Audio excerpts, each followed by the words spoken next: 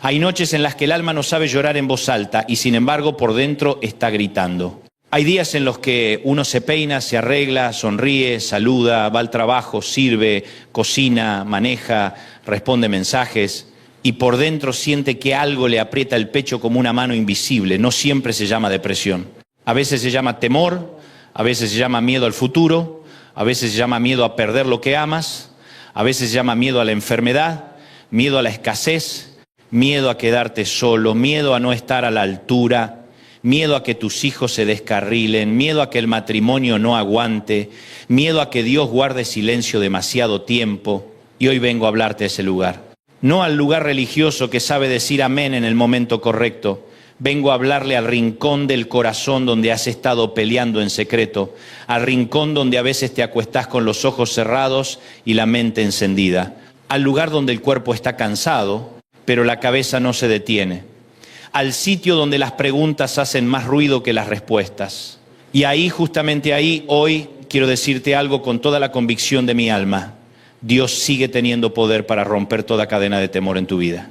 Porque el temor no siempre entra gritando, a veces entra susurrando. No siempre derriba la puerta, a veces se sienta en la sala de tu mente y se hace pasar por prudencia. Te dice, no te ilusiones mucho. Te dice, no entregues el corazón por completo. Te dice, no ores con expectativa porque después duele más. Te dice, mejor no vuelvas a creer tan fuerte porque ya sufriste demasiado. Y cuando menos lo notás, ya no estás viviendo por fe, estás administrando tus heridas. Ya no estás caminando guiado por la promesa, estás sobre. Hay gente que sigue cantando pero ya no espera milagros. Sigue orando pero ora con freno de mano. Sigue escuchando la palabra pero ya no la recibe con esa ingenuidad santa del que todavía cree que Dios puede hacerlo otra vez. Y hoy el Señor quiere confrontar eso. No para avergonzarte, no para señalarte, no para hacerte sentir menos espiritual. Dios no humilla al cansado. Dios no ridiculiza al que tiembla. Dios no se burla del que llega diciendo, Señor, creo, pero ayúdame en mi incredulidad. Al contrario, ese es el tipo de persona que más atrae el corazón del Padre. La gente que viene rota, pero viene. La gente que no entiende todo, pero no se aleja. La gente que no tiene discurso impecable, pero conserva una chispa encendida en medio de las cenizas. A esa gente Dios la mira distinto, a esa gente Dios la levanta, a esa gente Dios la abraza. Y si hoy tú llegaste así, medio quebrado, medio cansado, medio confundido, pero llegaste, entonces esta palabra es para ti. Déjame comenzar con un texto que muchos conocemos, pero que no siempre desmenuzamos como deberíamos. 2 Timoteo 1, 7 dice, porque no nos ha dado Dios espíritu de cobardía, sino de poder, de amor y de dominio propio. Y aquí hay algo precioso. Pablo no le escribe eso a un incrédulo. Se lo escribe a Timoteo, un joven pastor, un hijo ministerial, alguien que ama a Dios, alguien llamado, alguien con propósito. ¿Qué nos enseña eso? Que el temor no solo visita al que está lejos de Dios. El temor también puede tocar la puerta del llamado, del ministerio, de la familia de fe, del corazón que ama al Señor. Y Pablo no niega la realidad del combate. No le dice a Timoteo, si sientes miedo, entonces no tienes fe. No. Le recuerda cuál es la fuente verdadera del espíritu que habita en él. Le dice, en otras palabras, eso que te paraliza no nació en el corazón de Dios para ti. Eso que te encoge no viene del cielo. Eso que te roba voz, valor y claridad no te lo dio el Padre.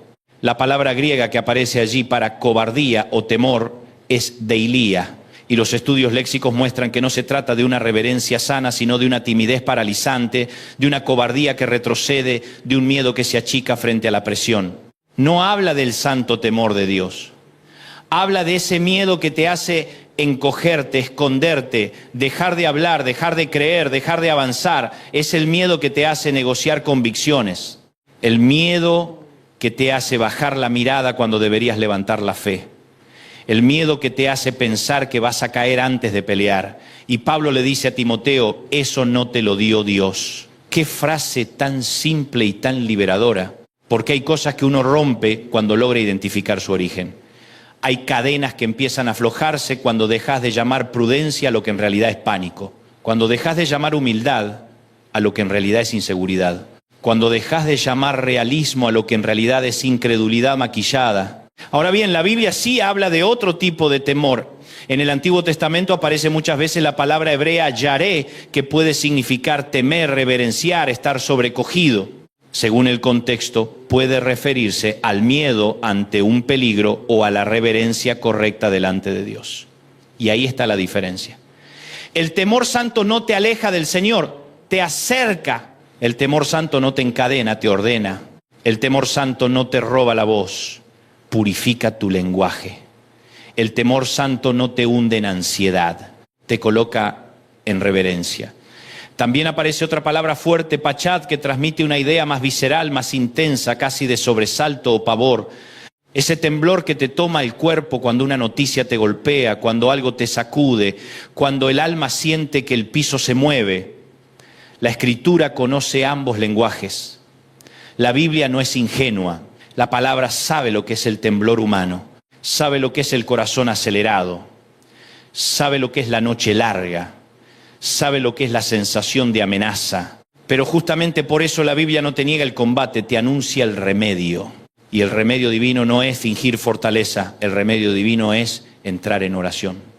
No en oración como fórmula, no en oración como acto religioso, no en oración como repetición. En oración como refugio, como batalla, como alineación, como respiración del alma. Porque hay guerras que no se ganan explicándolas, se ganan orando. Hay cadenas que no se rompen solamente entendiendo su nombre, sino trayéndolas delante del trono. Hay cárceles interiores que no se abren con información, sino con presencia. Hay temores que no salen por razonamiento humano, sino cuando la verdad de Dios se hace más fuerte que la voz del miedo. Y aquí quiero detenerme porque hay mucha gente que se decepcionó de la oración. No de Dios quizá, pero sí de la oración. Porque oró una vez y no pasó nada. Porque clamó y el cielo pareció en silencio. Porque pidió una respuesta y recibió espera. Porque rogó por sanidad y el proceso siguió. Porque oró por su hijo y el muchacho siguió rebelde. Porque oró por la economía y las cuentas siguieron rojas. Y entonces, sin decirlo en voz alta, muchos concluyeron, la oración sirve para otros, pero no para mí. Y ese pensamiento es una de las cadenas más peligrosas de todas, porque cuando el enemigo no logra que abandones tu fe, intenta que abandones tu intimidad. Si consigue que dejes de orar con expectativa, ya te robó mucho más de lo que imaginás. Jesús dijo en Mateo 6, mas tú cuando ores, entra en tu aposento y cerrada la puerta ora a tu Padre que está en secreto, y tu Padre que ve en lo secreto te recompensará en público. Mira qué precioso. Jesús no dice si oras bonito, no dice si encuentras las palabras más finas, no dice si emocionas a los demás. Dice, entra, hay una invitación a entrar. Porque la oración poderosa no comienza en el micrófono, comienza en el secreto, comienza cuando se apaga el ruido, comienza cuando cierras la puerta de lo visible para abrir el corazón al Dios invisible. Comienza cuando no vienes a impresionar a nadie, sino a derramarte delante del Padre. Y ahí es donde el temor empieza a perder fuerza, porque el miedo crece en la distancia, pero se debilita en la presencia. El temor se alimenta de imaginación descontrolada, la oración se alimenta de comunión. El temor te muestra un futuro sin Dios, la oración vuelve a meter a Dios en la escena. Por eso el problema no es solo que estés asustado, el problema es qué haces con ese susto. Hay quienes corren a la distracción, hay quienes corren al exceso de trabajo, hay quienes corren a la comida, a la queja, al aislamiento, a la pantalla, al entretenimiento, al orgullo, al control. Pero el Hijo de Dios está llamado a correr hacia el Padre, no porque no sienta miedo, sino precisamente porque lo siente. La oración no es negación, la oración es dirección. La oración no es decir no pasa nada cuando sí pasa. La oración es decir sí pasa, pero no lo voy a pasar solo. Sí duele, pero no lo voy a cargar sin el Señor. Sí tiemblo, pero voy a temblar delante del Dios que puede sostenerme. Y si alguien me dijera hoy, ¿cómo sé que la oración de verdad confronta el temor? Yo le respondería con el Salmo 34, 4. David dijo, busqué a Jehová y Él me oyó y me libró de todos mis temores. ¿Qué verso? No dijo, busqué al Señor y Él me explicó todo. No dijo, busqué al Señor y me dio un mapa detallado de los próximos 10 años. Dijo, me libró de todos mis temores. O sea, el Señor no siempre empieza cambiando de inmediato la escena. A veces comienza cambiando la prisión interior desde la cual estás mirando la escena. Y eso es un milagro enorme. Porque hay gente que tiene la puerta abierta delante suyo y no puede salir porque sigue atada por dentro. Y hay otra gente que todavía está atravesando proceso, pero ya no está dominada por el mismo miedo, porque algo pasó en el cuarto de oración. Algo pasó en la presencia. Algo pasó cuando lloró, cuando adoró, cuando se rindió, cuando dijo, no entiendo nada, pero aquí estoy. David sabía de eso. David no escribió los salmos desde un spa con música ambiental. Los escribió desde cuevas, traiciones, persecuciones, desiertos, culpas, batallas. David sabía lo que era escuchar pasos de enemigos. Sabía lo que era dormir fugitivo. Sabía lo que era sentir el peso de sus propios errores.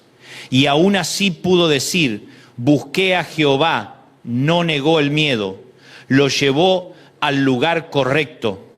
Ese es el punto. El miedo negado se pudre, el miedo confesado delante de Dios empieza a sanar. El miedo administrado por tu propia mente se convierte en amo. El miedo llevado a la presencia se convierte en material para un milagro. Y aquí necesito decirte algo muy claro. La oración poderosa no es la oración del que nunca tiembla. Es la oración del que tiembla pero no deja de buscar. Es la oración de la madre que llora por sus hijos pero sigue intercediendo. Es la oración del hombre que no sabe cómo pagará lo que viene pero sigue diezmándole confianza a Dios con cada palabra que suelta. Es la oración de la mujer que recibió un diagnóstico que la asustó, pero se niega a dejar que el informe médico tenga la última palabra sobre su alma. Es la oración del joven que lucha con ansiedad, pero cada día vuelve a levantar su corazón diciendo, Señor, ayúdame otra vez. Eso es poderoso. Eso conmueve el cielo. Y no solo lo conmueve, lo activa. Mira el Salmo 107. Allí se habla de personas que moraban en tinieblas y sombra de muerte, aprisionados en aflicción y en hierros. Qué imagen más cruda. Gente en oscuridad, gente en cadenas, gente en hierro, gente sin salida visible. Y el pasaje dice que clamaron a Jehová en su angustia y Él los libró de sus aflicciones, los sacó de las tinieblas y rompió sus prisiones. Ahí lo tienes. Tinieblas, cadenas, clamor, liberación. Ese patrón se repite a lo largo de toda la Escritura. El enemigo encierra, Dios escucha. El enemigo inmoviliza, Dios irrumpe. El enemigo oscurece, Dios alumbra. El enemigo ata, Dios rompe. Y observa algo que me parece precioso. El texto no niega que parte de esas prisiones estaban conectadas con su propia rebeldía. A veces nos gustaría una Biblia que solo dijera todos estaban atados por culpa de otros. Pero la palabra es honesta. A veces estamos atados por heridas que nos hicieron y otras veces por decisiones que tomamos. A veces la cadena nos la puso el sistema, una injusticia, una traición, y a veces la apretamos nosotros cuando insistimos en vivir sin rendir esa área al Señor. Pero incluso ahí el Salmo no termina en condena, termina en clamor y rescate. O sea, el Dios de la Biblia sabe sacar personas aún de prisiones donde ellas mismas colaboraron para entrar. Si alguien necesitaba esperanza, ahí la tienes. No importa si tu temor nació por lo que te hicieron o por lo que elegiste. Si hoy clamas, hay salida.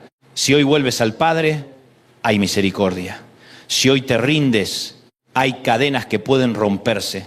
Ahora, cuando uno habla de temor, casi siempre piensa en gritos, sobresaltos, crisis visibles.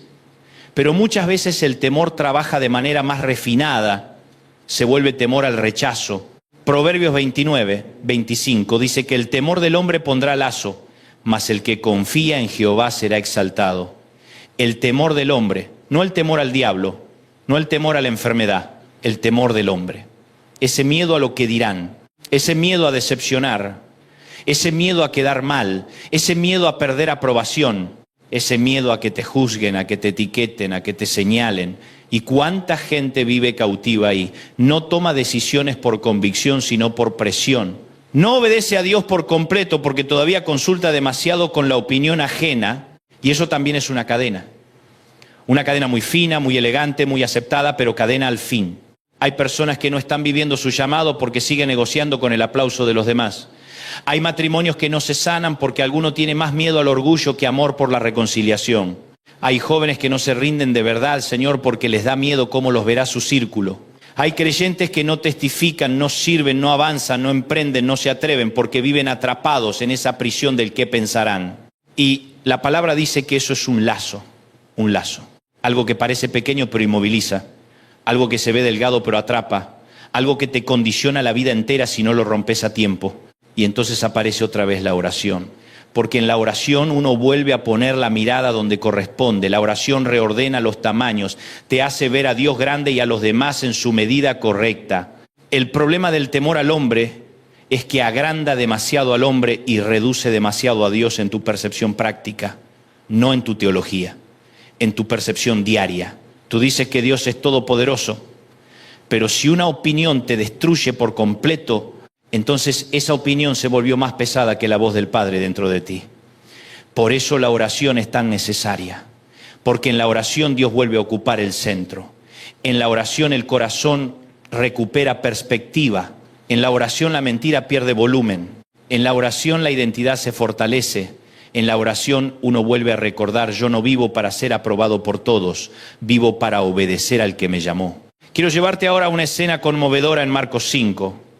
La mujer del flujo de sangre llevaba 12 años enferma.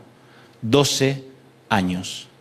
No 12 horas, 12 años. Había sufrido mucho, había gastado todo, y en vez de mejorar, empeoraba. Eso ya sería suficiente para asustar a cualquiera. Pero además de la condición física, había una dimensión social, espiritual y emocional. Era una mujer marcada por la vergüenza, por la marginación, por el cansancio, por la frustración. Y sin embargo, en medio de toda esa historia, ella oyó hablar de Jesús. Qué frase tan sencilla y tan poderosa: oyó hablar de Jesús. Porque muchas veces el principio de la liberación de una cadena es volver a oír correctamente quién es Cristo. No quienes dicen los demás que es. No la versión cultural, no la versión superficial. Oír de verdad que Él sana, restaura, perdona, recibe, transforma, levanta, limpia, abraza. Ella se acerca, toca el manto, recibe sanidad y luego el texto dice que vino temblando y con miedo a decir toda la verdad. Me encanta eso, porque aún después del milagro ella tiembla. Aún después de tocarlo todavía tiembla. Aún después de sentir en su cuerpo la liberación todavía llega con temor. Y Jesús no la humilla por venir temblando. La escucha, la llama hija, la afirma, le dice: tu fe te ha hecho salva, ve en paz. O sea, Cristo no exige que llegues sin temblor, te pide que llegues. No te exige pulso perfecto, te invita a tocarlo en medio de tu miedo. Y cuando lo haces, Él no solo atiende el síntoma, restaura la identidad, no solo seca la fuente de sangre, seca la fuente de vergüenza, no solo corrige el cuerpo, reconstruye el nombre, la llama hija. Ya no es la mujer con el problema, ahora es hija. Porque el temor siempre quiere reducirte a tu batalla. Jesús siempre te devuelve tu identidad por encima de tu batalla.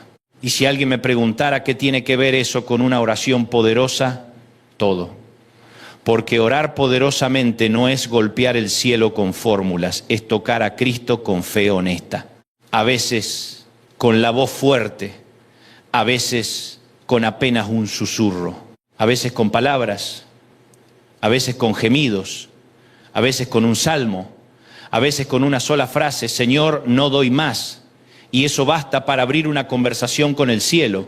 Romanos 8:26 dice que no sabemos pedir como conviene, pero el Espíritu mismo intercede por nosotros con gemidos indecibles. ¡Qué descanso! Porque algunos creen que para vencer el temor necesitan convertirse en expertos de lenguaje espiritual. Y el texto dice que ni siquiera sabemos orar como deberíamos. Pero ahí entra el Espíritu.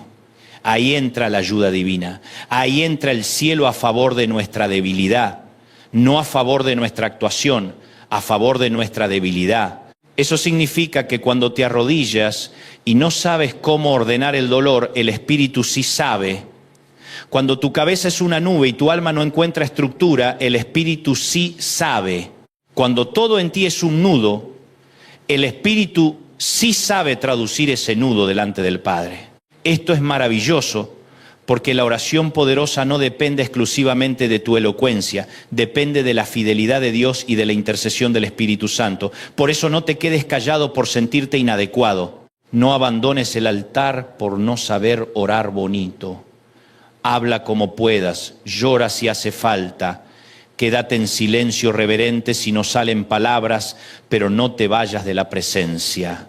El Espíritu sabe trabajar con material quebrado. Dios siempre supo. Ahora déjame llevarte a otra escena, Hechos 16. Pablo y Silas en la cárcel, golpeados, azotados, encerrados, cepos en los pies, medianoche. Si alguna vez hubo un momento apto para el trauma, para la queja, para el miedo, era ese.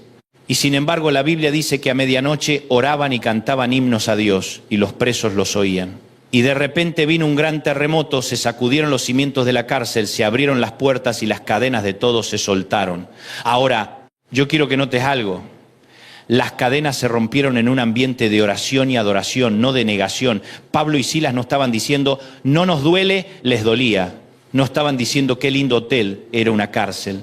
No estaban diciendo, nos encanta que nos hayan golpeado, los habían azotado. No negaron la escena, la trascendieron en presencia de Dios. Ese es el milagro.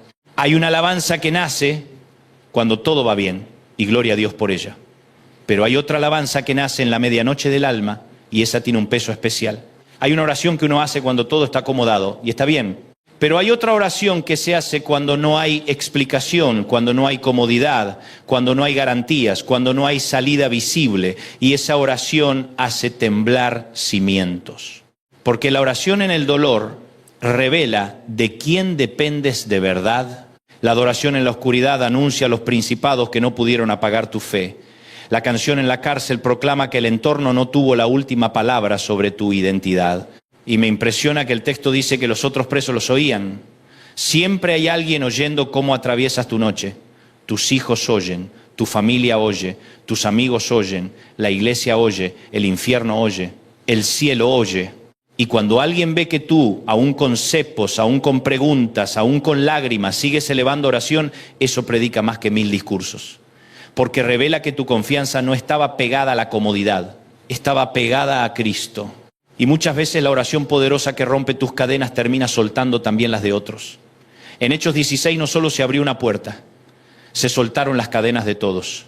Hay batallas que tú vences y se convierten en testimonio para una generación completa.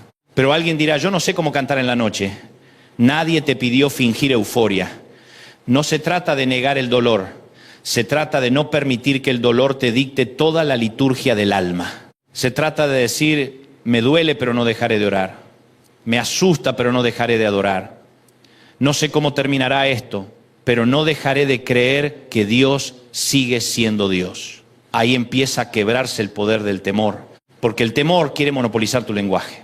Quiere que todo lo que salga de tu boca sea derrota, fatalismo, sospecha, amargura, cansancio, sin dirección. La oración, en cambio, vuelve a consagrar tus labios. La oración le recuerda a tu alma quién es el dueño de la historia. Y si todavía alguien piensa que la oración poderosa es solo para los que no luchan con angustia, entonces mire a Jesús en Getsemaní. Mateo 26 nos muestra al Señor diciendo, mi alma está muy triste hasta la muerte. No era teatro, no era exageración, era angustia real, era peso real, era agonía real. El Hijo de Dios entrando en el lugar profundo del sufrimiento humano. ¿Y qué hizo Jesús? Oró, no huyó de la presencia, fue a la presencia, no anestesió el alma, la derramó delante del Padre. Padre mío, si es posible, pase de mí esta copa, pero no sea como yo quiero, sino como tú. Ahí tienes la oración más poderosa que existe, la que lucha sinceramente y se rinde completamente, la que expresa el deseo humano y se somete a la voluntad divina, la que no miente diciendo no me cuesta, pero termina diciendo hágase tu voluntad. Y aquí necesito ser muy cuidadoso. La oración poderosa no siempre es la que cambia la circunstancia en el acto, a veces es la que te fortalece para atravesarla sin perder el alma. En Getsemaní no desapareció la cruz, pero Jesús salió fortalecido para enfrentarla. Y eso también es rompimiento de temor. Porque el temor no solo quiere evitarte dolor, quiere impedir que cumplas propósito. El temor intenta hacerte abandonar antes de tiempo. Quiere que corras de tu Getsemaní para no llegar a tu resurrección. Quiere que te enamores tanto de la comodidad que traiciones el llamado. Por eso la oración es indispensable. Porque en la oración el Padre te fortalece para no desertar de tu destino. La oración no siempre te saca del valle de inmediato, pero evita que el valle se vuelva tu identidad definitiva. Entonces, ¿Cómo rompe Dios las cadenas de temor? Primero, exponiendo la mentira. Segundo, trayéndote a su presencia. Tercero, llenándote de su verdad. Cuarto, fortaleciéndote por su espíritu.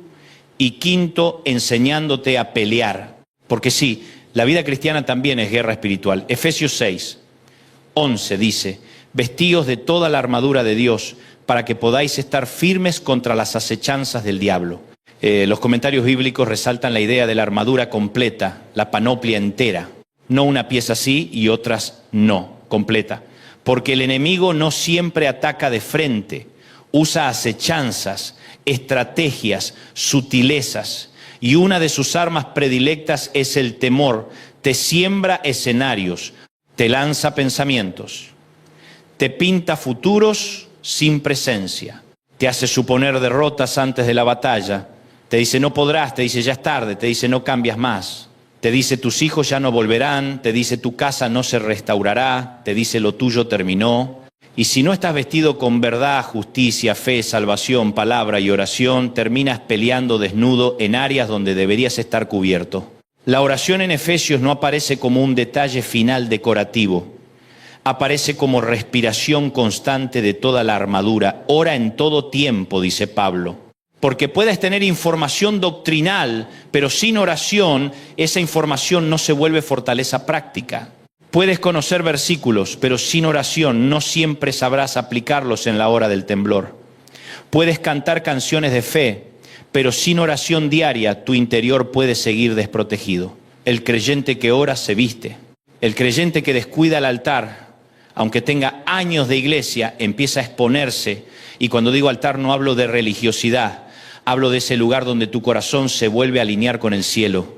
Déjame ponértelo así, hay cadenas de temor que no se rompen con una prédica que te emociona 40 minutos. Se rompen con una vida de altar. Hay yugos que no salen solo con una conferencia, salen cuando vuelves a la práctica sencilla, constante, humilde, profunda de buscar a Dios en lo secreto. El temor ama el descuido espiritual, ama la vida superficial, ama el cristianismo sin raíz. Ama al creyente distraído, acelerado, saturado de ruido, pero pobre de presencia. Porque sabe que donde la oración se apaga, la imaginación desordenada empieza a gobernar. Y donde la imaginación desordenada gobierna, el temor encuentra silla, mesa, cama y hasta título de propiedad. Por eso hoy yo quiero llamar a esta generación a volver a orar. No por moda, no por frase inspiracional, no porque suena espiritual decirlo. A volver a orar porque nos estamos ahogando en ansiedad disfrazada de productividad. A volver a orar porque hay matrimonios donde todavía hablan entre sí, pero hace rato que no hablan con Dios. A volver a orar porque hay padres preocupadísimos por sus hijos, pero menos entregados a la intercesión de lo que deberían. A volver a orar porque hay ministros cansados, jóvenes confundidos, mujeres agotadas, hombres silenciosamente quebrados, y el remedio no será solo tener agenda organizada. Necesitamos al Espíritu Santo soplando sobre huesos cansados. Necesitamos intimidad real. Necesitamos rodillas gastadas. Necesitamos lágrimas consagradas. Necesitamos el cuarto secreto más que otra distracción brillante. Ahora bien, para que esto no quede solo en inspiración, déjame darte 7 movimientos espirituales para una oración que rompe cadenas de temor. El primero es nombrar la cadena sin embellecerla. No le pongas maquillaje al miedo. No digas estoy raro cuando sabes que estás dominado por ansiedad. No digas es mi manera de ser cuando sabes que el temor te está gobernando. No digas soy prudente cuando en realidad no estás obedeciendo porque estás aterrado. Lleva el nombre real delante de Dios. Señor, tengo miedo a perder a mi familia. Señor, tengo miedo al futuro. Señor, tengo miedo de repetir la historia de mi casa. Señor, tengo miedo de no poder. Señor, tengo miedo a enfermarme. Señor, tengo miedo a fracasar. Quédate tranquilo. Dios no se escandaliza por tu sinceridad. Le preocupa más tu autoengaño que tu temblor confesado. El segundo movimiento es reemplazar la voz del temor por la verdad de la palabra. Cuando venga el miedo, no lo contradigas solo con ganas. Contradícelo con escritura. Si el miedo te dice te vas a quedar solo, recuérdale Isaías 41:10. No temas porque yo estoy contigo. No desmayes porque yo soy tu Dios que te esfuerzo. Si el miedo te dice no podrás soportarlo, recuérdale que Dios no te dio espíritu de cobardía, sino de poder, amor y dominio propio. Si el miedo te dice esto te va a destruir, recuérdale que el Señor te libra de todos tus temores. Si el miedo te dice no hay salida, recuérdale que Dios rompe cadenas y saca de la oscuridad. La fe no es un grito vacío, la fe es una respuesta informada por la palabra. El tercer movimiento es llevar tu soledad a la comunión correcta. El temor crece cuando te aíslas. No digo que necesites estar rodeado de gente todo el tiempo. Digo que no pelees en aislamiento absoluto. Busca 1 o 2 personas maduras en la fe, pide oración, abre el corazón. No conviertas tu batalla en un secreto orgulloso. Hay una diferencia entre intimidad y aislamiento. Intimidad es cerrar la puerta para orar. Aislamiento es cerrarla para hundirte. El enemigo ama el pensamiento no auditado, la interpretación privada, la herida sin testigos. Pero cuando traes tu lucha a la luz, muchas veces pierde fuerza. El cuarto movimiento es adorar antes de ver el cambio. Aquí está uno de los misterios más hermosos del reino. No esperes sentir total libertad para empezar a adorar. Adora mientras tiemblas. Adora con la voz quebrada si hace falta. Adora porque Dios no deja de ser digno cuando tu noche se alarga. Adora porque la adoración reubica el alma. Adora porque el miedo se enfoca en el tamaño del problema y la adoración se enfoca en la grandeza de Dios. Adora porque algo pasa en la atmósfera interior cuando tu boca bendice al Señor en la medianoche. No siempre verás un terremoto físico como Pablo y Silas, pero muchas prisiones mentales empiezan a sacudirse cuando adoras en la noche. El quinto movimiento es perseverar. Lucas 18 dice que Jesús contó una parábola para enseñar que debían orar siempre y no desmayar. Ahí está. Orar siempre y no desmayar. No desmayar. No sueltes la oración solo porque el proceso es largo. No concluyas ausencia divina solo porque la respuesta viene despacio. Dios no es un microondas, es Señor de los tiempos. Y hay cosas que mientras tú oras, Él no solo las prepara fuera de ti, las prepara dentro de ti. Porque a veces la promesa tarda no porque Dios sea lento, sino porque Él quiere que cuando llegue no te destruya, sino que puedas sostenerla con madurez. El sexto movimiento es interceder por otros aún en medio de tu propia batalla. Esto es un arma poderosa contra el temor, porque el miedo te encierra en ti mismo. Todo se vuelve yo, mi problema, mi ansiedad, mi futuro, mi dolor. La intercesión rompe ese encierro, te hace volver a amar, te hace salir de tu ombligo emocional, te devuelve perspectiva. Ora por tu casa, ora por tus hijos, ora por tu pastor, ora por tu país, ora por el que está peor que tú. Hay una libertad especial en convertir el dolor en combustible de compasión. Y el séptimo movimiento es rendirte por completo a la voluntad del Padre. No con resignación amarga, sino con confianza. Decir, Señor, yo quiero esto, yo te pido esto, yo clamo por esto, pero por encima de todo quiero tu voluntad, porque tu voluntad es mejor que mi panorama limitado. Esa oración no es débil, esa oración es la más fuerte de todas, porque el temor quiere control, la fe entrega control. El temor dice, si no entiendo me desespero. La fe dice, aunque no entienda, confío. El temor exige seguridades totales. La fe descansa en el carácter de Dios. Quiero ahora hablarte a áreas específicas donde el temor suele levantar cadenas. Primero, el temor en la mente. Hay gente que vive con la cabeza convertida en un campo de batalla permanente. Pensamientos catastróficos, escenarios inventados, anticipación de tragedias, conversaciones que no sucedieron y ya te agotaron, respuestas que nunca te dieron y ya te hirieron, planes B, C, D, E por si Dios no aparece y el alma termina extenuada. Si ese es tu caso, hoy te digo con amor, tu mente no fue diseñada para ser el asiento del pánico, sino el altar de la verdad. Necesitas aprender a llevar cautivo todo pensamiento a la obediencia a Cristo. No puedes impedir que una idea toque la puerta, pero sí puedes decidir si se sienta a cenar contigo o si la echas en el nombre del Señor. Y esa disciplina se aprende en oración. Ahí el Espíritu te va enseñando a discernir qué pensamiento viene de la verdad y cuál viene a robarte paz. Segundo, el temor en la familia. Qué fácil es asustarse cuando se trata de los hijos. Porque uno puede pelear por sí mismo, pero cuando ve a un hijo desviarse, enfermarse, endurecerse o sufrir, el corazón se desarma. Pero escúchame bien, no subestimes la oración de una madre ni el clamor de un padre. Hay hijos que todavía están vivos por oraciones que no se apagaron. Hay caminos que todavía no se cerraron porque en alguna casa hubo alguien que levantó vallado en el espíritu. Tú quizás sientes que tus palabras no llegan, pero tu intercesión sí llega. Tu hijo puede no leer tus mensajes, pero el cielo sí recibe tus lágrimas. No te rindas, no le entregues a la desesperación lo que todavía está en la mesa de la gracia de Dios. Tercero, el temor en la economía. El miedo a no llegar, el miedo a no poder sostener, el miedo al mañana, el miedo a quedarte sin trabajo, el miedo a no salir de deudas. Es un temor muy real, muy concreto, muy desgastante. Y no lo voy a minimizar con frases vacías. Pero sí te voy a decir esto. No dejes que la escasez se vuelva un credo. No dejes que la necesidad escriba tu teología. Dios sigue siendo proveedor. No siempre como quieres, no siempre al ritmo que te gustaría, pero sigue siendo Jehová Jireh. Hay momentos donde el pan no cae del cielo como uno imaginaba, pero termina llegando por caminos que uno no vio venir. Orá, sé fiel, sé responsable, sé sabio, trabaja, administra. Pero no entrones el temor financiero como señor de tu casa. La escasez puede tocar tu puerta. No le entregues el trono de tu corazón. Cuarto, el temor en el cuerpo. Hay gente oyéndome que vive asustada por síntomas, estudios, diagnósticos, antecedentes familiares, noticias médicas, y aquí quiero hablar con equilibrio y fe. La fe no es negar la medicina, ni esconder informes, ni fingir que no pasa nada. La fe es caminar cada paso, incluso el médico, incluso el tratamiento, incluso la espera, sabiendo que por encima de todo informe sigue estando la soberanía de Dios. Ora por sanidad, sí.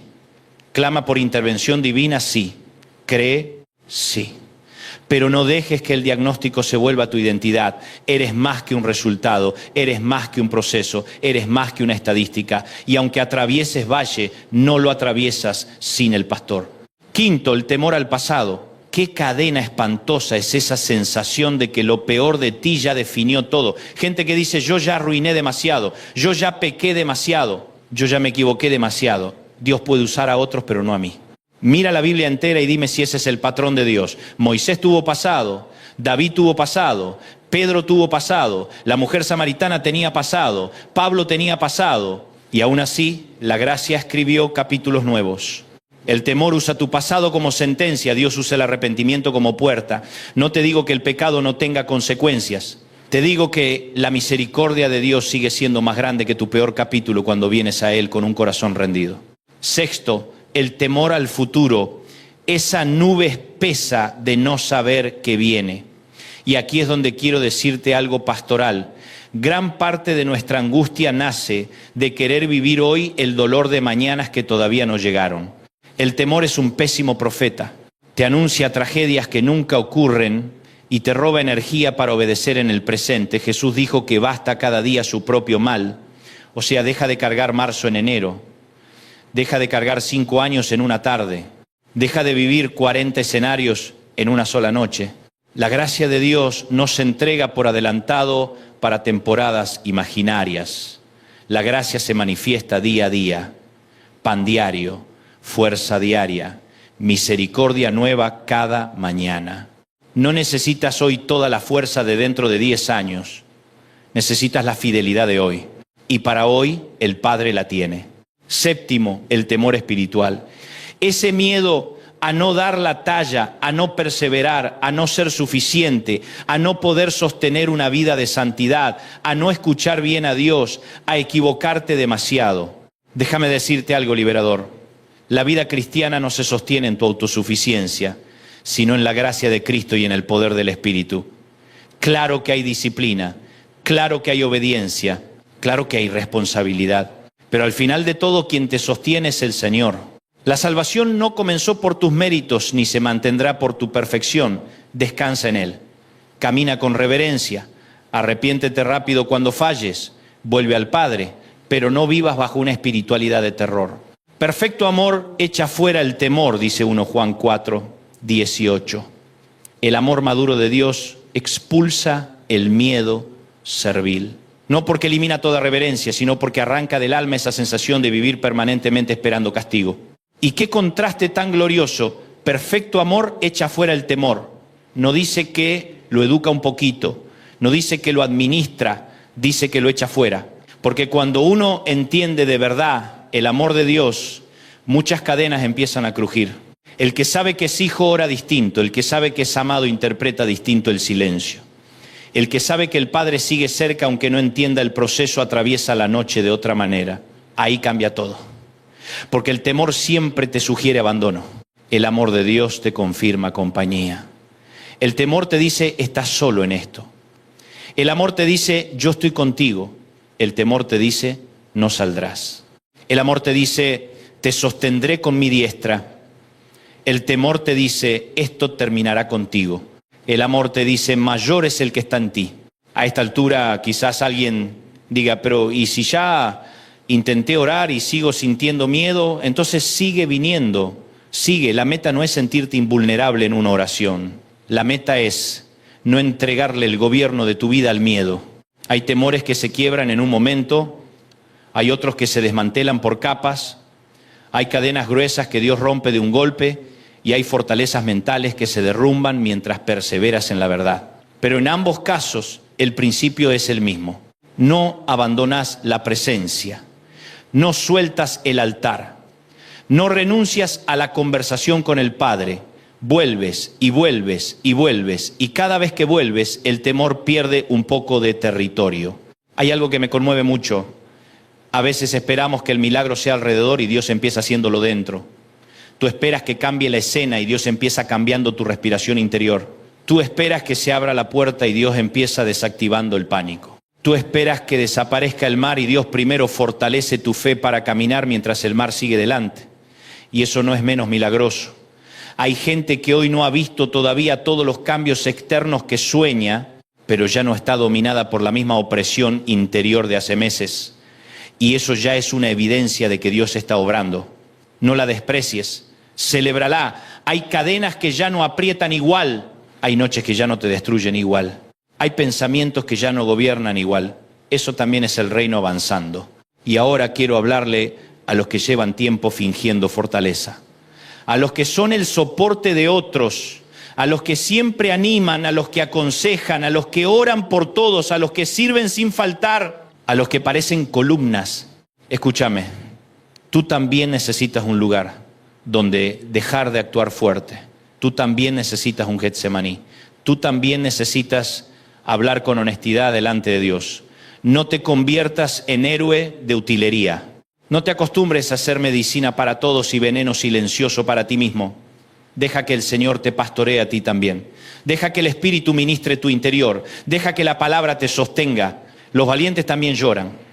Los ungidos también se cansan. Los que cargan a otros también necesitan ser cargados por el Padre. Y si me permites una aplicación pastoral más, quiero decirte que no todas las cadenas de temor se rompen gritando. Algunas se rompen obedeciendo. A veces el temor se desarma cuando das el paso que vienes postergando, cuando perdonas, cuando hablas la verdad, cuando pides ayuda, cuando te reconcilias, cuando vuelves a congregarte de verdad, cuando cortas la relación tóxica, cuando dejas el hábito oculto, cuando ordenas tus finanzas, cuando apagas lo que alimenta tu ansiedad, cuando cierras la puerta a conversaciones que solo siembran pánico. Cuando decides que ya no vas a beber todos los días de la fuente de noticias que te envenena el alma, también ahí se rompen cadenas. Porque la oración verdadera siempre desemboca en obediencia. No es un anestésico espiritual, es un encuentro que reordena la vida. Así que hoy yo no te vengo a dar una fórmula mágica, no te digo, repite 7 veces esto y todo se resolverá. No, te vengo a invitar a una vida de dependencia real del Señor. A una oración que no es amuleto, sino comunión. A un clamor que no manipula a Dios, sino que se rinde a Él. A una fe que no niega el proceso, pero tampoco se arrodilla ante el miedo. A una esperanza que no depende de lo visible, sino del carácter del Padre. Porque la verdad sigue siendo esta. Dios rompe cadenas. Dios sigue sacando de las prisiones. Dios sigue oyendo el clamor. Dios sigue visitando medianoches, Dios sigue fortaleciendo a los cansados, Dios sigue dándole paz al que tiembla, Dios sigue haciendo que el miedo no tenga la última palabra. Y si hoy tú dices, sí, pero mi cadena es muy vieja, entonces te responderé que el Señor no envejeció. Si dices, mi temor es muy profundo, te diré que la presencia de Dios es más profunda. Si dices, esto me acompaña hace años, Te diré que una sola palabra del cielo puede iniciar un proceso de libertad que marque un antes y un después. Si dices, yo ya me acostumbré a vivir así, te diré que acostumbrarse a una prisión no la convierte en hogar. Hay gente que ya decoró la celda, ya aprendió a vivir con el miedo, ya hizo amistad con la ansiedad, ya reorganizó toda su vida alrededor del temor, pero hoy el Espíritu Santo te recuerda que fuiste creado para libertad, para paz, para comunión, para dominio propio, para amor, para poder, no para esclavitud interior. Yo quisiera que grabaras esto en el alma. El temor no es tu personalidad, no es tu apellido, no es tu destino, no es tu herencia final. Puede haber sido tu batalla, pero no tiene por qué ser tu identidad. En Cristo eres libre para un proceso nuevo. En Cristo eres hijo, hija, amado, redimida, sostenido, perdonado, acompañado. En Cristo no eres esa voz interior que te acusa. En Cristo no eres la peor posibilidad que tu mente fabrica a las 3 de la mañana. En Cristo no eres la estadística que te amenaza. En Cristo no eres la herida que te definió tantos años. En Cristo eres nueva creación. Y desde esa identidad se ora distinto. Ya no oras como huérfano aterrado, oras como hijo que vuelve al Padre. Así que hoy, donde estés, quizás en tu habitación, en tu sala, en tu trabajo, en el auto, con lágrimas, con cansancio, con fe pequeña pero real, quiero invitarte a hacer algo sencillo y santo. Entrégale al Señor la cadena por nombre, no mañana, hoy, no cuando te sientas más digno, hoy, no cuando tengas toda la teología ordenada, hoy. Dile, Señor, aquí está mi temor, aquí está mi miedo al futuro, aquí está mi miedo a esta noticia, aquí está mi miedo por mi hijo, aquí está mi miedo a repetir mi historia, aquí está mi miedo a quedarme solo, aquí está mi miedo a no poder más. Y luego dile, no me quiero quedar con esto, rompe tú lo que yo no puedo romper solo, reordena tú lo que mi mente no logra calmar. Sopla tú sobre mi interior, haz de tu presencia mi refugio y no tengas miedo si el proceso no se ve cinematográfico. A veces Dios rompe cadenas con estruendo, a veces las rompe con una paz tan profunda que un día te das cuenta de que ya no reaccionas igual, ya no piensas igual, ya no te hundes igual y dices, algo pasó. Claro que pasó. El cielo estuvo trabajando, el Espíritu estuvo sanando, la palabra estuvo echando raíz. La presencia estuvo haciendo cirugía invisible en áreas que nadie veía, y eso es glorioso. No despreciemos el milagro lento, no despreciemos la obra interior, no despreciemos la santificación de la mente, no despreciemos la paz que madura, porque también eso es respuesta. Quiero terminar declarando algo sobre tu vida, no como fórmula infalible, sino como exhortación bíblica y pastoral. No naciste para vivir gobernado por el miedo. No naciste para sobrevivir con el alma apretada todos los días. No naciste para consultar al pánico antes de obedecer a Dios. No naciste para ser rehén perpetuo de lo que podría pasar. Fuiste llamado a caminar por fe. Fuiste llamado a conocer la paz de Cristo que sobrepasa todo entendimiento. Fuiste llamado a confiar. Fuiste llamado a una vida donde el temor puede golpear, sí, pero no reinar. Puede rondar, sí, pero no coronarse. Puede intentar sentarse, sí, pero no gobernar. Porque tu trono interior le pertenece a Cristo. Y si has llegado hasta aquí, quiero decirte algo más. No sueltes la práctica del altar diario. Haz de la oración tu respiración. Habla con Dios en la mañana. Háblale en el auto. Háblale mientras cocinas. Háblale cuando el corazón se acelere. Háblale antes de responder ese mensaje que te altera. Háblale cuando el niño duerma y tú no puedas dormir. Háblale cuando sientas ese nudo en el pecho. No conviertas la oración en último recurso. Haz la primera reacción, porque el hijo que aprende a correr al Padre se vuelve peligrosísimo para el reino de las tinieblas. El enemigo sabe que un creyente que ora quizá todavía tiemble, pero ya no es fácil de encadenar. Voy a cerrar con una oración breve, pero quiero que la recibas como quien abre una ventana en medio de una habitación cerrada. Padre amado, en el nombre de Jesús, hoy vengo delante de ti por cada corazón que escucha esta palabra. Tú conoces las cadenas que nadie ve. Tú conoces los pensamientos que cansan, las noches que pesan, las noticias que asustan, las memorias que aprietan, las batallas que se libran en secreto. Y hoy te pedimos que tu presencia irrumpa con poder. Donde hay temor trae paz, donde hay confusión trae claridad, donde hay opresión trae libertad, donde hay cansancio trae nuevas fuerzas. Donde el enemigo sembró escenarios de derrota, levanta tu verdad como bandera. Rompe toda cadena de temor que no viene de ti. Deshaz todo yugo, toda mentira, toda cobardía paralizante. Llena a tus hijos de poder, de amor y de dominio propio. Enséñanos a buscarte en lo secreto, a perseverar en la noche, a confiar en tu carácter cuando no entendemos el camino. Cubrimos la mente, la familia, la salud, la economía, el sueño, el futuro y el corazón de cada persona bajo la sangre de Cristo. Y declaramos que aunque venga la noche, no nos faltará tu presencia. Aunque haya valle, no nos faltará tu mano. Aunque haya batalla, no nos faltará tu espíritu. En el nombre poderoso de Jesús. Amén. Y hoy declara conmigo ahí donde estás: no viviré gobernado por el temor. El Señor está conmigo. Su espíritu me da poder, amor y dominio propio. Buscaré al Señor y Él me librará de mis temores. Mi casa le pertenece a Cristo. Mi mente le pertenece a Cristo. Mi futuro le pertenece a Cristo. No retrocederé. No soltaré el altar. No abandonaré la fe. Dios sigue rompiendo cadenas en mi vida. Si esta palabra encendió algo en tu corazón, compártela con alguien que necesite volver a orar. Suscríbete, acompaña este canal y ayúdanos a seguir llevando esperanza, fe y la palabra de Dios a más personas. Y recuerda esto cuando termine el audio y vuelvas a tu rutina: el miedo podrá tocar la puerta, pero no tiene autorización para vivir en una casa donde todos los días se levanta oración. Cuando todo sale mal, lo primero que se rompe no siempre es el bolsillo, no siempre es la agenda, no siempre es la salud. A veces lo primero que se rompe es la interpretación que uno tenía de Dios. Porque mientras todo marcha más o menos bien, uno dice Dios está conmigo. Mientras las puertas se abren, uno dice Dios está conmigo. Mientras el teléfono suena con buenas noticias, uno dice Dios está conmigo. Pero cuando te cierran la puerta, cuando el médico te cambia el tono de voz, cuando el hijo se te va enfriando espiritualmente, cuando el matrimonio entra en un invierno que no esperabas, cuando la cuenta bancaria parece un desierto y no un río, ahí es donde el alma empieza a hacerse preguntas peligrosas. Ahí uno no duda solamente de la circunstancia, ahí uno empieza a dudar de si Dios sigue al mando. Y hoy vine a decirte algo con toda mi alma: que cuando todo sale mal, Dios no abdica, Dios no renuncia al trono, Dios no entra en pánico, Dios no dice esto se me fue de las manos. El cielo nunca emite un comunicado de emergencia diciendo no vimos venir esto. El infierno se altera, la tierra se sacude, las noticias cambian, los diagnósticos llegan, la gente falla, el corazón se cansa, pero Dios sigue teniendo el control. Y yo sé que hay gente que escucha una frase así y dice sí, qué lindo suena, pero ven a vivir lo que estoy viviendo, lo entiendo. Porque una cosa es repetir una verdad y otra cosa es abrazarla cuando todavía huele a humo el incendio de tu casa emocional.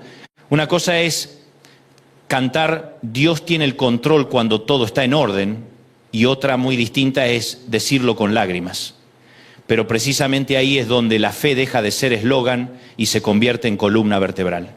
La Biblia nunca nos vendió una fe de utilería, nunca nos prometió una vida libre de tormentas, nunca dijo que por amar a Dios no habría noches oscuras. Al contrario, una y otra vez nos muestra hombres y mujeres de Dios atravesando escenarios que, si uno los mira rápido, parecen derrotas. José en un pozo, Job en cenizas, David en cuevas, Israel frente al mar, Pablo encarcelado. Y Jesús, el Hijo de Dios, dormido en una barca mientras se levanta una tempestad. Esa escena de Marcos 4, 35 al 41 es una de las más desconcertantes del Evangelio. Los discípulos están en la barca, el viento arrecia, las olas golpean, el agua empieza a entrar y el maestro duerme. No está distraído, duerme. No está corriendo de un lado a otro, duerme. No está dando explicaciones previas, duerme. Y a cualquiera le parecería casi ofensivo, porque cuando uno se siente hundir, le cuesta tolerar el silencio de Dios. Uno prefiere una espera antes que un aparente mutismo. Uno prefiere un todavía no antes que la sensación de que el cielo no contesta. Pero el texto dice que mientras la tormenta rugía, Jesús seguía en la barca. Eso cambia todo. Porque el problema no era la presencia de la tormenta. El problema era la interpretación de la presencia de Jesús. Ellos pensaron, si hay tormenta, entonces estamos solos. Y la realidad era exactamente al revés. Había tormenta, sí, pero no estaban solos. Había olas, sí, pero no estaban solos. Había viento contrario, sí, pero no estaban solos. Y alguien necesita oír esto hoy. El hecho de que haya tormenta no prueba la ausencia de Dios. Muchas veces la tormenta ruge en una barca donde Cristo sigue presente. Y cuando los discípulos lo despiertan, no le dicen solamente nos hundimos. Lo que en el fondo le están diciendo es, no te importa. Y ahí aparece la pregunta que también nosotros hacemos, aunque nos cueste admitirlo. Señor, no te importa mi familia, no te importa mi duelo, no te importa mi ansiedad, no te importa este cansancio, no te importa esta traición. Y el Señor responde, no con una explicación larga, sino con autoridad. Reprende al viento, ordena al mar y luego les hace una pregunta a ellos. Como diciendo, antes de resolver afuera, quiero tocar lo que está pasando adentro. Porque hay tormentas externas, pero también hay tormentas interpretativas. Hay olas que golpean la barca y hay pensamientos que golpean el alma. Y a veces el enemigo ni siquiera necesita destruirte por fuera si logra convencerte por dentro de que Dios te abandonó. Por eso Jesús no solo calma el mar, también confronta la incredulidad. La fuente del temor no era únicamente el viento, era la distancia entre lo que ellos estaban viendo y lo que habían oído del Maestro. Él había dicho, pasemos al otro lado. Si Él dijo al otro lado, entonces la tormenta no tenía la última palabra. Déjame decirte esto despacio. Lo que Dios habló sobre ti no se cancela porque el camino se puso difícil.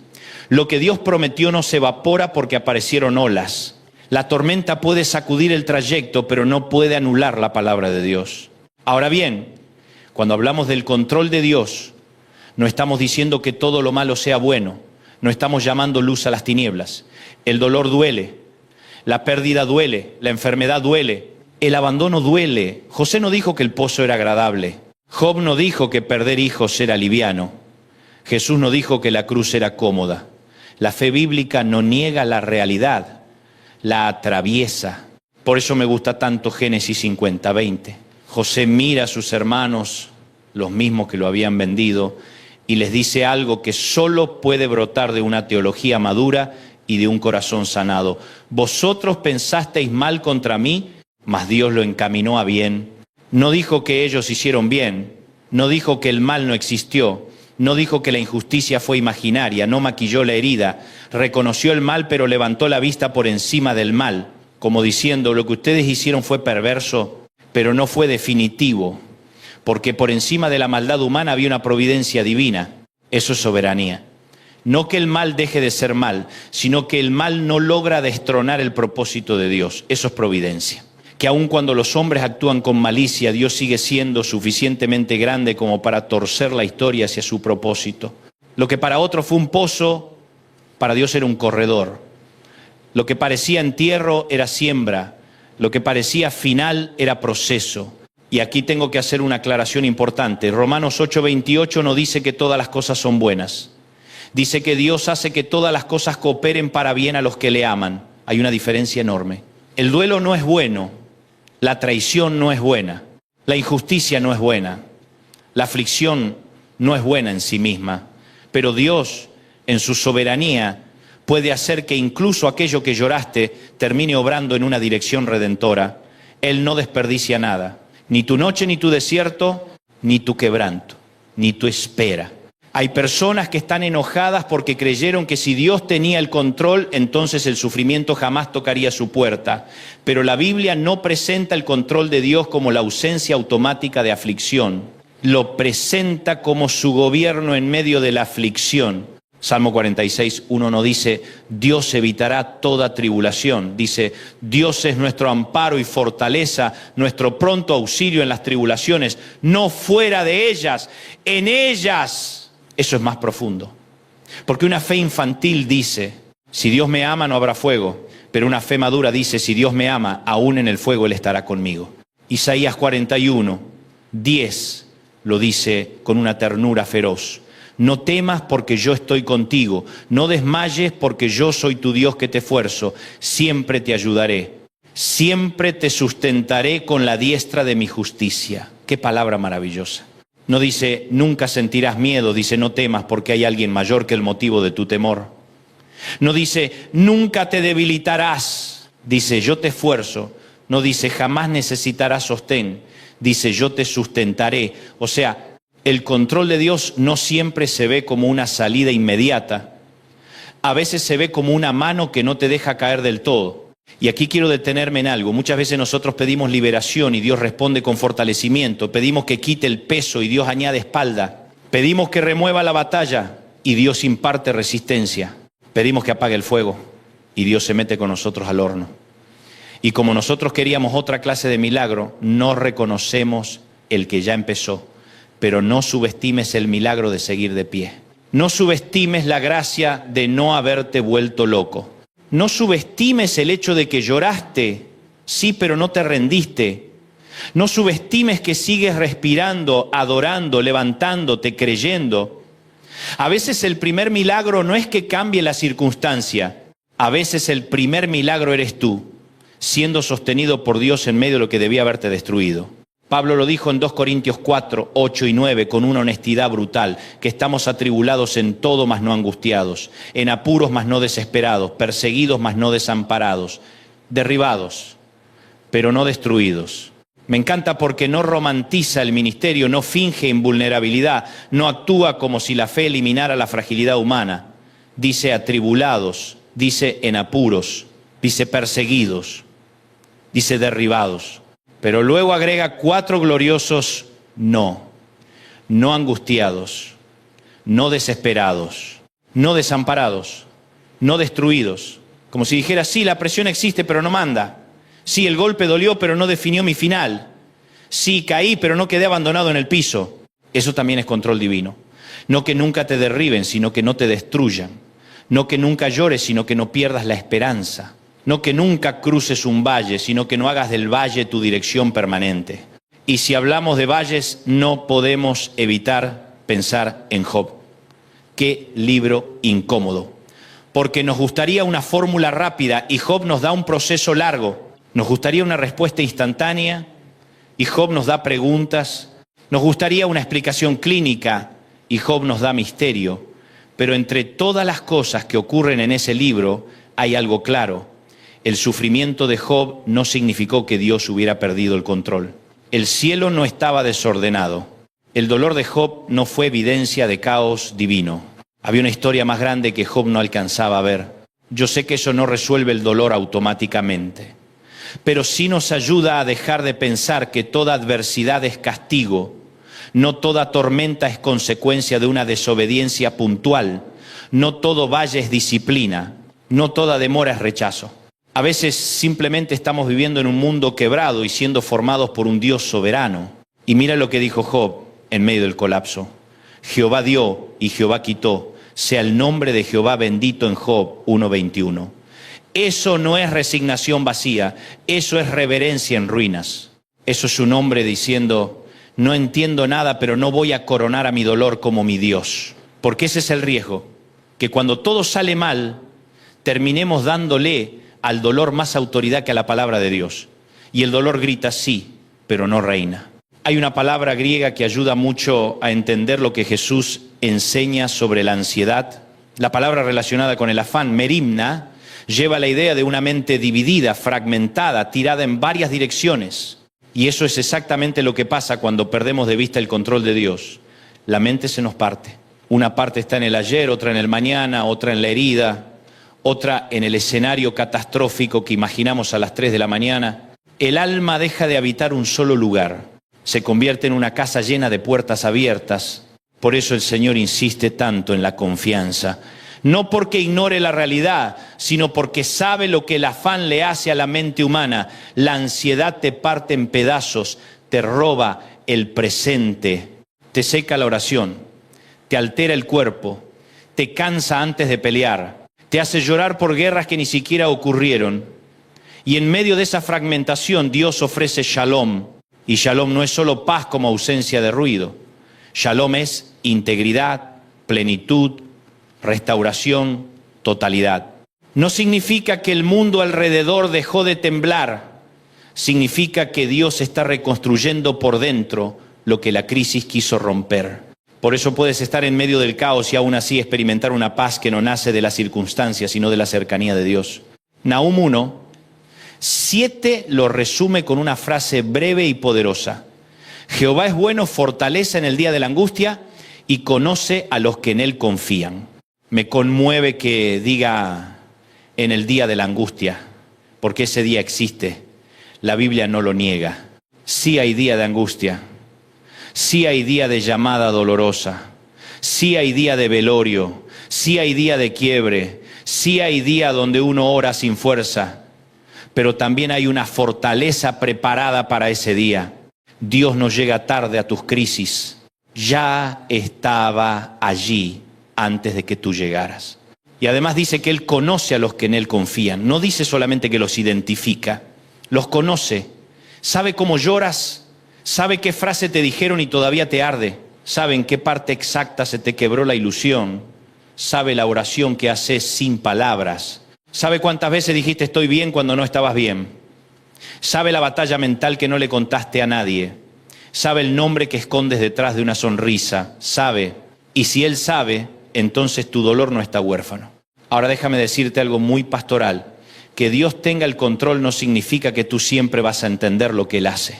Y ese es uno de los grandes tropiezos del creyente moderno, creer que para confiar primero tiene que comprender. Pero si solo confiaras en lo que comprendes, entonces no caminarías por fe, sino por cálculo. Y Dios no te llama a calcularlo todo, te llama a descansar en su carácter.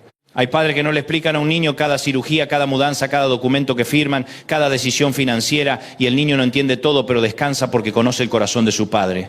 La fe madura no dice ahora entiendo todo. La fe madura dice no entiendo todo, pero conozco a mi Padre. Por eso el Salmo 46 no se limita a decir Dios es refugio. También dice estad quietos y conoced que yo soy Dios. Qué difícil es eso. Quietud no es pasividad irresponsable. Quietud es rendición interior. Es dejar de actuar como si todo dependiera exclusivamente de ti. Es soltar el delirio de omnipotencia. Es decir, Señor, yo voy a obedecer, voy a trabajar, voy a orar, voy a llorar si hace falta, voy a tocar puertas, voy a hacer mi parte, pero no voy a usurpar tu trono. El control último no me pertenece. Y aquí hay otra verdad necesaria. Dios tener el control no significa que tú no hagas nada. José administró, David peleó, Nehemías reconstruyó, Pablo predicó. La soberanía de Dios nunca es excusa para la pasividad. Es la razón por la cual obedecemos sin desesperación. Trabajamos, sí. Luchamos, sí. Oramos, sí. Pero sin creer que la historia depende de nuestra capacidad. Dependemos del Señor. Quizás hoy me está oyendo alguien que siente que perdió demasiadas cosas y quiero hablarte sin religiosidad barata.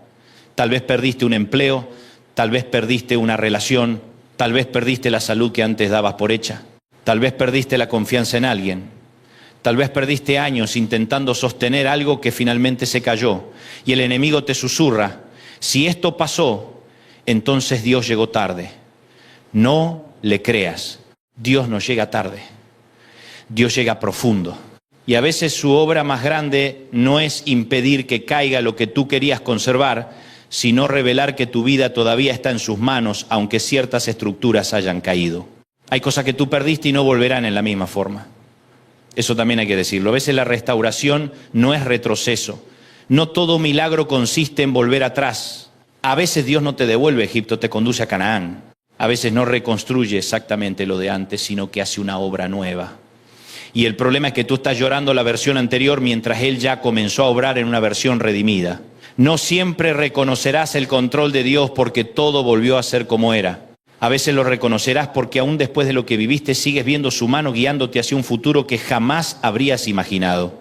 Y quiero decir algo más, cuando todo sale mal, el enemigo siempre intentará apresurarte, porque sabe que una persona apurada espiritualmente es más vulnerable.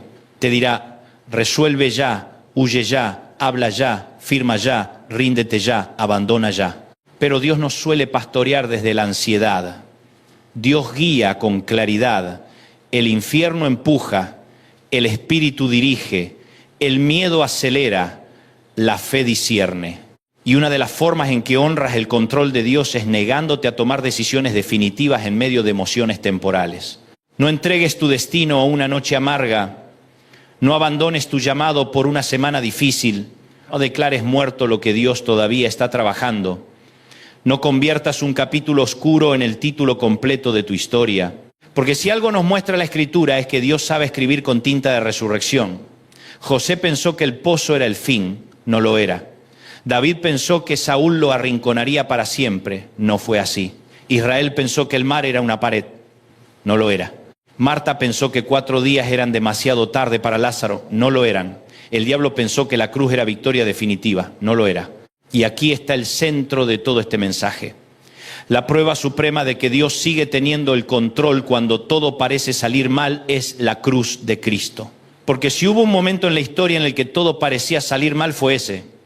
El justo condenado, el inocente herido, el maestro traicionado, el cordero clavado, los discípulos dispersos, el cielo en oscuridad, el Mesías enterrado. Si uno se guiaba solo por la escena, habría dicho, se acabó. Pero precisamente allí, donde todo parecía derrota, Dios estaba ejecutando su plan eterno de redención. Entonces, si Dios pudo gobernar el peor viernes de la historia para producir el domingo más glorioso, ¿quién te dijo que no puede gobernar tu noche actual? Si la cruz no fue descontrol, sino diseño redentor, entonces tu crisis tampoco está fuera de su alcance. No entiendo todos sus caminos, no pretendo hacerlo, pero sí sé esto. El Dios que sacó vida de una tumba vacía todavía sabe sacar propósito de un valle oscuro. Tal vez tú estás viviendo un viernes y no hay nada más difícil que vivir un viernes sin saber cómo luce el domingo. Pero la fe cristiana no nació en la comodidad de los que siempre entendieron. Nació en la convicción de que aun cuando el cuerpo estaba en el sepulcro, Dios seguía obrando. Así que no te atrevas a llamar final a lo que Dios solo llama espera. Quizás hoy tu oración no sea elegante, tal vez no tengas fuerzas para una oración larga, tal vez lo único que puedes decir es, Señor, ayúdame. Está bien. A veces la oración más madura no es la más extensa, sino la más honesta. Y el Dios soberano no desprecia el gemido del corazón cansado. Así que hoy yo quiero invitarte a hacer 3 cosas muy sencillas, pero muy profundas. La primera, deja de medir a Dios por la temperatura de tus circunstancias. Dios sigue siendo Dios en el frío, en el fuego, en la escasez, en el silencio, en la sala de espera. La segunda, vuelve a su palabra. Cuando la tormenta ruge necesitas una voz más fuerte que el viento. La tercera, entrégale otra vez el control. Porque muchas veces el cansancio viene de intentar sostener lo que solo Dios puede gobernar. Si estás enfermo, haz tu tratamiento, busca ayuda, ora, pide oración, pero entrégale el control al Señor.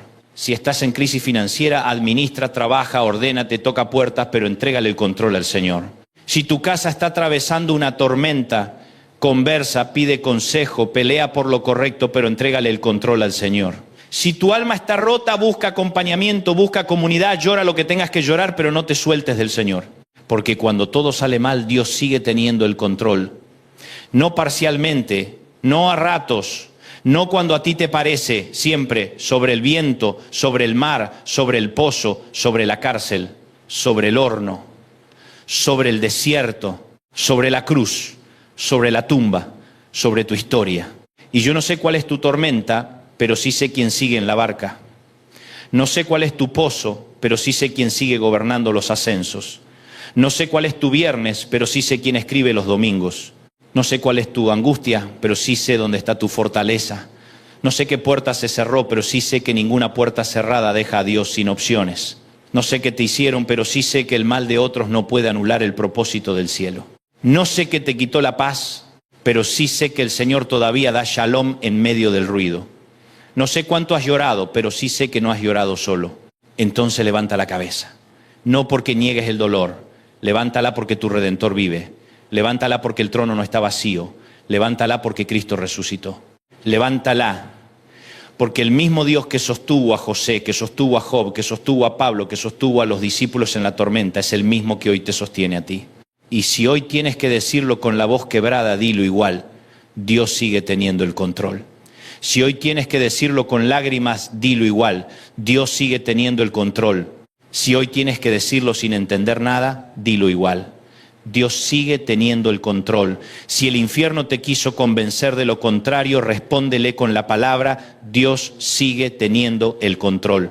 Ora conmigo ahí donde estás. Señor Jesús, hoy te entregamos lo que no entendemos, lo que nos duele, lo que nos asusta y lo que no podemos resolver. Te entregamos el diagnóstico, la deuda, la traición, el cansancio, el luto, la ansiedad y la espera. Recuérdanos que tú sigues en el trono. Recuérdanos que tu palabra sigue firme. Recuérdanos que tu mano no se ha acortado.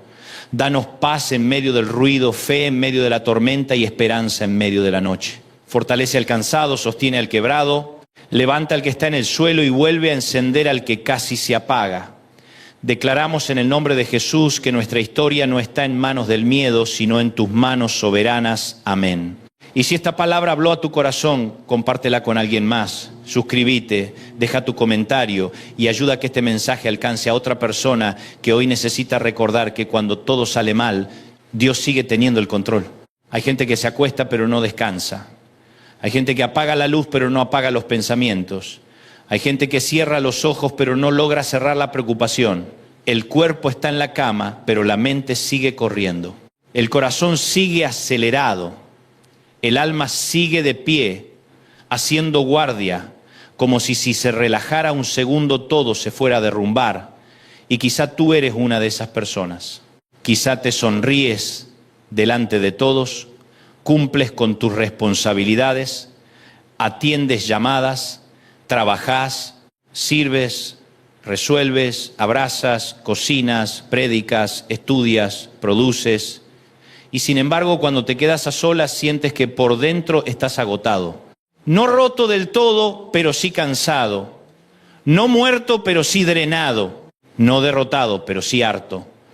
Y hoy vengo a decirte algo con toda claridad. Dios no está enojado con tu cansancio. Dios no se decepciona de tu agotamiento. Dios no te mira desde el cielo diciendo a ver cuándo madura este y deja de sentirse así. No. El Señor sabe lo que pesa una mente saturada, sabe lo que duele un corazón sobrecargado y hoy te extiende una invitación divina, santa, tierna, poderosa. No te ofrece una distracción, no te ofrece un entretenimiento, no te ofrece un parche emocional, te ofrece reposo. Jesús dijo en Mateo 11, 28 al 30, vengan a mí todos ustedes que están cansados y agobiados, yo les daré descanso. Carguen con mi yugo y aprendan de mí, pues yo soy apacible y humilde de corazón, y encontrarán descanso para sus almas. Porque mi yugo es suave y mi carga es liviana. Qué declaración más gloriosa. No dijo, vengan a mí los que ya resolvieron su vida. No dijo, vengan a mí los que tienen la fe en orden, la agenda en orden y la cabeza en orden. Dijo, vengan a mí los cansados, los agobiados. En otras palabras, vengan a mí los que ya no pueden solos. Vengan a mí los que están exhaustos por dentro. Vengan a mí los que se sienten vencidos por el peso invisible de la vida. Y lo que Jesús promete no es apenas una pausa exterior. Cuando uno mira el lenguaje del texto, la idea es la de alivio, reposo, refrigerio profundo del alma. No es una siesta emocional, es una restauración interior. Porque una cosa es estar cansado físicamente y otra muy distinta es estar cansado en el alma. Hay cansancios que se curan con una noche de sueño, pero hay otros que no se van ni con vacaciones, ni con un fin de semana libre, ni con una agenda vacía.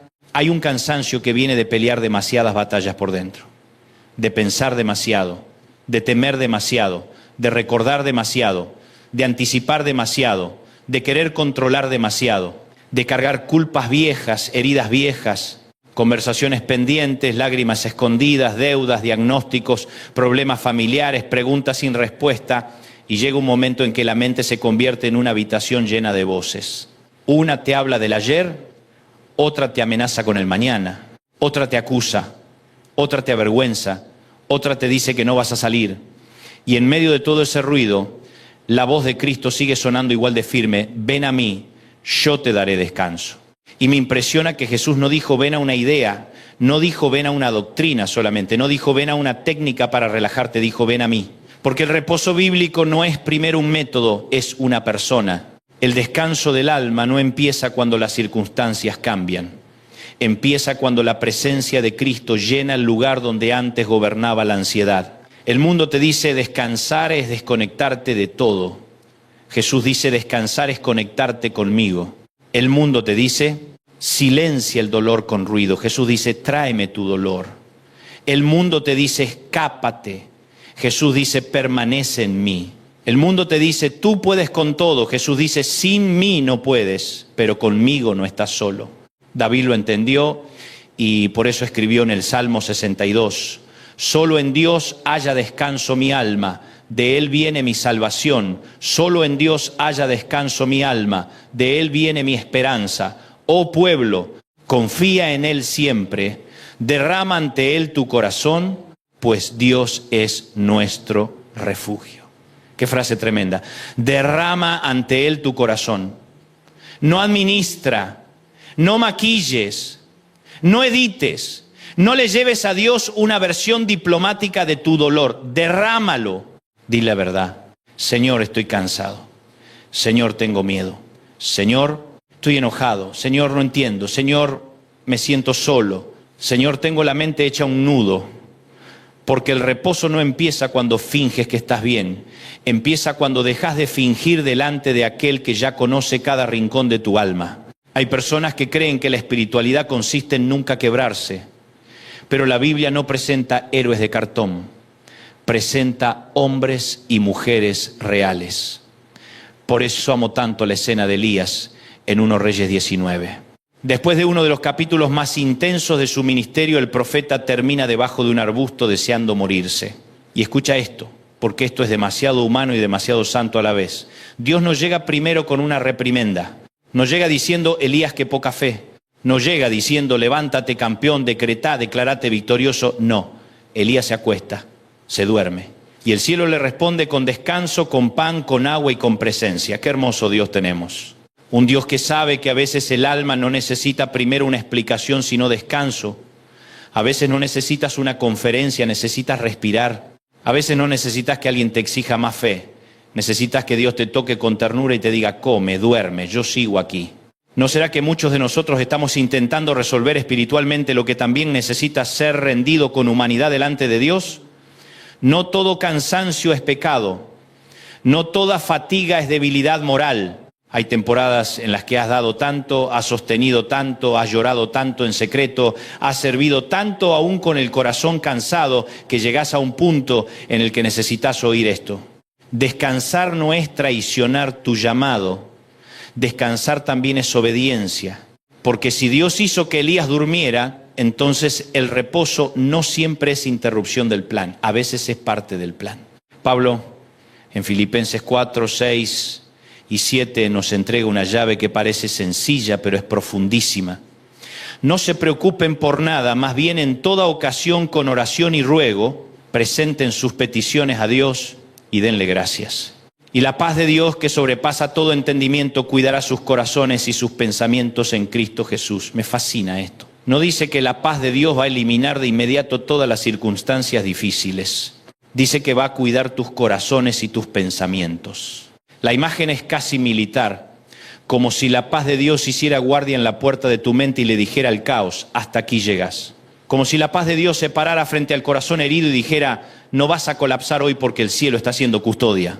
Y esa paz no depende de que entiendas todo, justamente sobrepasa el entendimiento, no se explica, se experimenta, no siempre se razona, se recibe. Y aquí hay algo que quiero decirte con mucha responsabilidad y mucho amor. La fe no te vuelve menos humano. Si estás pasando por ansiedad intensa, agotamiento emocional profundo o una tristeza que te rebasa, buscar ayuda sabia no contradice tu fe. Dios también obra por medio de pastores maduros, consejeros íntegros, médicos serios y personas de confianza. La gracia de Dios no está peleada con el acompañamiento. A veces el milagro viene en una oración. A veces viene en un proceso. A veces viene en el abrazo de alguien. A veces viene en una conversación que te evita hundirte. Así que no te condenes por necesitar ayuda. No eres menos espiritual por reconocer que no puedes con todo. Pedro lo dice de una manera preciosa en 1 Pedro 5, 7. Depositen en Él toda ansiedad porque Él cuida de ustedes. Toda ansiedad. No la espiritual solamente, toda. La ansiedad por tu casa, por tu hijo, por tus finanzas, por tu futuro, por la noticia médica, por el ministerio, por la soledad, por la traición, por lo que perdiste, por lo que aún no llega. Y la palabra es fuerte, depositen, entréguenla, suéltenla.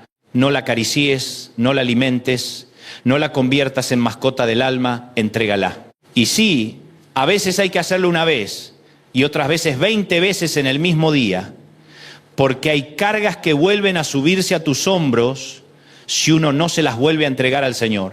Pero Pedro no dice esto para avergonzarte, lo dice sobre una base gloriosa, porque Él cuida de ustedes, no porque tú eres fuerte, no porque tú sabes manejarlo, no porque ya aprendiste todo, sino porque Él cuida de ti.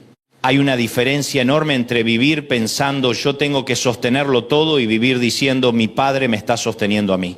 Isaías 26:3 lo resume con una precisión divina. Al de carácter firme lo guardarás en perfecta paz, porque en ti confía. ¡Qué maravilla! La paz no viene porque todo alrededor esté quieto, viene porque la mente está fija en Dios. Y aquí está el problema de muchos de nosotros. Tenemos la mente fija en el problema, en la posibilidad más negra, en la herida más reciente, en el fracaso más humillante, en la puerta que se cerró, en el rechazo, en el dolor. Y el profeta dice, la perfecta paz es para el que tiene la mente firme en Dios. No significa negar la realidad, significa decidir que ocupa el centro de tu atención, porque aquello en lo que más piensas termina moldeando aquello que más sientes. Y cuando tu mente se queda a vivir en la catástrofe, el corazón termina respirando temor. Pero cuando tu mente aprende a volver una y otra vez a la fidelidad de Dios, el alma empieza a encontrar un suelo firme. Jesús, en Juan 14:27, fue todavía más lejos. La paz les dejo, mi paz les doy. Yo no se la doy a ustedes como la da el mundo. No se angustien ni se acobarden. Eso quiere decir que existe una paz parecida a la del mundo y una paz distinta a la de Cristo. La del mundo depende de condiciones favorables. Si todo está bien, estoy en paz. Si todo sale como esperaba, estoy en paz. Si no hay conflictos, estoy en paz. Pero la paz de Cristo no funciona así. Su paz puede habitar un corazón aunque afuera haya tormenta. Su paz no nace de la ausencia de guerra externa, sino de la presencia del Rey por dentro. Por eso Él puede decir, mi paz les doy. No es prestada, no es frágil, no es superficial, es suya. La misma paz del Hijo descansando en la voluntad del Padre. Y si alguien duda de eso, que se acuerde del episodio en el mar. Los discípulos aterrados, el viento violento, el agua entrando en la barca y Jesús dormido. Eso siempre me sacude. Porque yo, si estuviera ahí, estaría diciendo, Señor, no te importa que nos hundamos, y sin embargo el Señor duerme. No por indiferencia, no por descuido, sino porque la tormenta nunca tuvo el poder de arrebatarle el control al Padre. Luego se levanta, reprende al viento y le dice al mar que calle. Y todo se aquieta. ¡Qué escena! Pero escucha esto. Antes de calmar la tormenta alrededor, Cristo ya estaba en paz por dentro. Ese es el orden del reino. La paz no se improvisa en la crisis, se cultiva en la confianza. Y si Jesús pudo dormir en medio del oleaje, entonces también puede enseñarte a vivir con un corazón sostenido, aunque la vida esté crujiendo. Jeremías 6:16 trae una palabra que esta generación necesita como agua en el desierto. Deténganse en los caminos y miren, pregunten por los senderos antiguos, pregunten por el buen camino y sigan por él. Así hallarán el descanso anhelado. Qué fuerte eso, el descanso anhelado. O sea que hay un descanso que el alma viene buscando hace mucho. Y Dios dice que ese descanso no se encuentra corriendo más rápido ni inventando nuevas fugas. Se encuentra volviendo al buen camino. A veces no nos falta información, nos falta detenernos, no nos falta entretenimiento, nos falta obediencia, no nos falta actividad, nos falta altar, no nos falta estimulación, nos falta silencio santo. Y detenerse. En una cultura que idolatra la velocidad, casi parece rebeldía espiritual, pero Dios dice deténganse. Porque el alma no sana siempre corriendo. A veces sana cuando por fin se sienta delante de Dios. Y aquí quiero tocar algo que a muchísima gente le roba el reposo. La falsa idea de que tienes que ganarte el amor de Dios a fuerza de rendimiento. Hebreos 4:9-11 habla de un reposo especial para el pueblo de Dios. Un reposo sabático. Un reposo que no consiste solo en dejar de trabajar físicamente, sino en dejar de tratar de justificarse por sus obras. ¿Cuánto creyente vive agotado por eso? No cansado por amar a Dios, sino cansado por intentar demostrarle a Dios que vale algo. Sirve, corre, se esfuerza, da, produce y por dentro sigue sintiendo que nunca es suficiente. Y el Evangelio te dice hoy, Cristo ya hizo lo que tú no podías hacer. Tu salvación no descansa sobre tu desempeño, sino sobre su obra perfecta. Ya no trabajás para ser amado, trabajás porque ya fuiste amado. Ya no oras para comprar favor, oras porque fuiste adoptado. Ya no sirves para que te acepten, sirves porque ya te abrazaron. Y cuando esa verdad entra de verdad, el alma empieza a respirar. Éxodo 33, 14 tiene una promesa que vale oro puro. Yo mismo iré contigo y te daré descanso. No dice, te daré descanso y después veré si voy contigo. No, la presencia y el descanso vienen abrazados. Donde Dios está de verdad, allí el alma empieza a hallar reposo. Y por eso el enemigo lucha tanto por distraerte, porque sabe que si no puede quitarte a Dios, al menos intentará robarte la conciencia de su presencia, te llenará la mente de ruido, te hará correr de una cosa a otra. Te llenará de pantallas, de noticias, de temores, de comparaciones, de urgencias, todo para que olvides que el Señor sigue cerca, pero la promesa continúa en pie. Yo mismo iré contigo. No vas solo al trabajo, no vas solo al hospital, no vas solo a la audiencia, no vas solo a la noche difícil, no vas solo al cuarto vacío, no vas solo a criar a ese hijo, no vas solo a empezar otra vez. Y si Él va contigo, entonces todavía existe reposo aún en medio del camino. David lo canta de otra forma en el Salmo 23. El Señor es mi pastor, nada me falta. En verdes pastos me hace descansar. Junto a tranquilas aguas me conduce, me infunde nuevas fuerzas. Me conmueve que el buen pastor no solo guía, también hace descansar. Porque hay ovejas que no saben acostarse aunque estén heridas. Hay ovejas que siguen corriendo aun cuando el pastor ya preparó pastos verdes. Hay ovejas que se acostumbraron tanto al sobresalto que la quietud les parece extraña. Y quizá te pasa. Te acostumbraste tanto al estrés, a la presión, a la tensión, a vivir con el pecho apretado, que cuando Dios empieza a traerte quietud hasta te sientes raro. Pero no te resistas al pasto verde del cielo. No te resistas al agua tranquila. No te resistas a la restauración.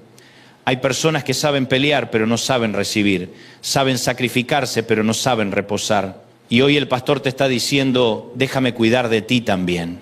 Hay otro texto breve pero contundente en Salmo 46:10. Quédense quietos, reconozcan que yo soy Dios. Eso no significa pasividad irresponsable. Significa cesar la ilusión de que tú eres soberano.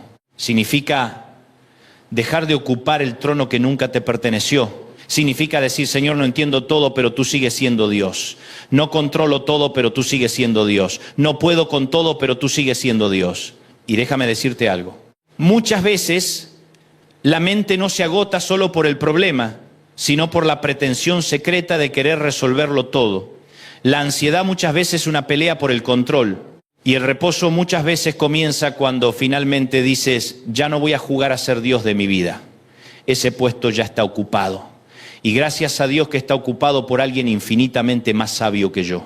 Tal vez esta noche Dios no te va a entregar todas las respuestas.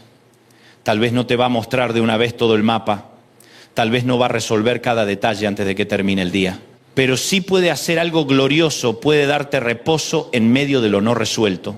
Puede darte paz antes del desenlace. Puede darte fortaleza antes del cambio.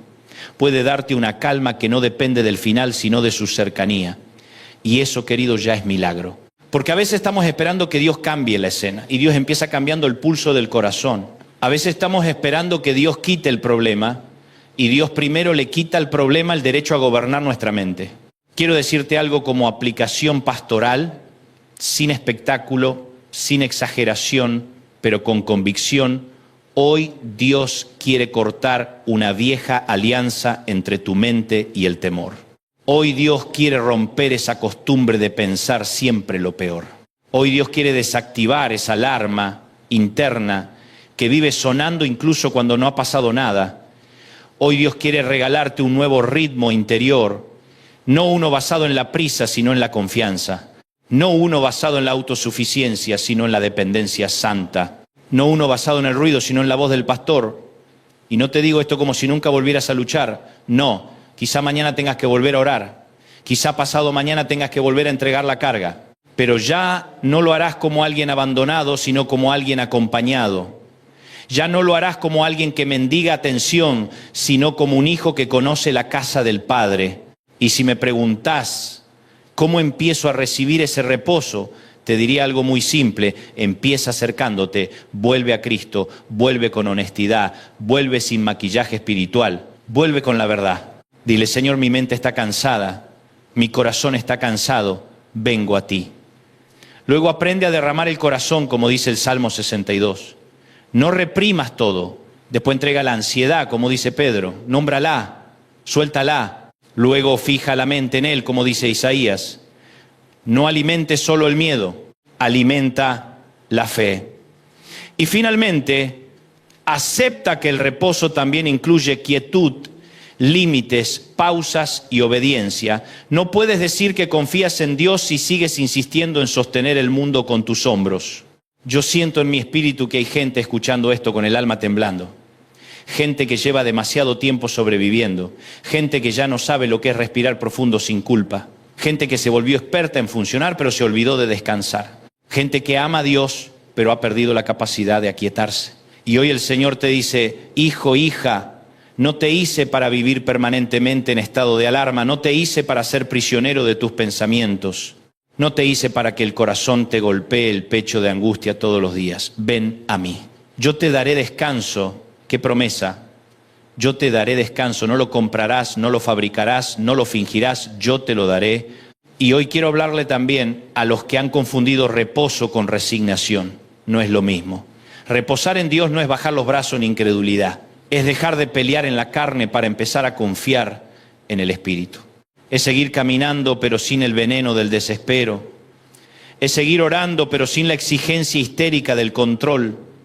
Es seguir esperando pero con el corazón apoyado en la fidelidad del Padre. El reposo bíblico no es parálisis, es confianza serena. Es decir, no sé cuándo, pero sé quién. No sé cómo, pero sé con quién. No sé por dónde, pero sé quién va conmigo. Así que hoy, antes de terminar, quiero que por un instante te imagines soltando la carga, no negándola, no minimizándola, soltándola, esa carga con nombre y apellido.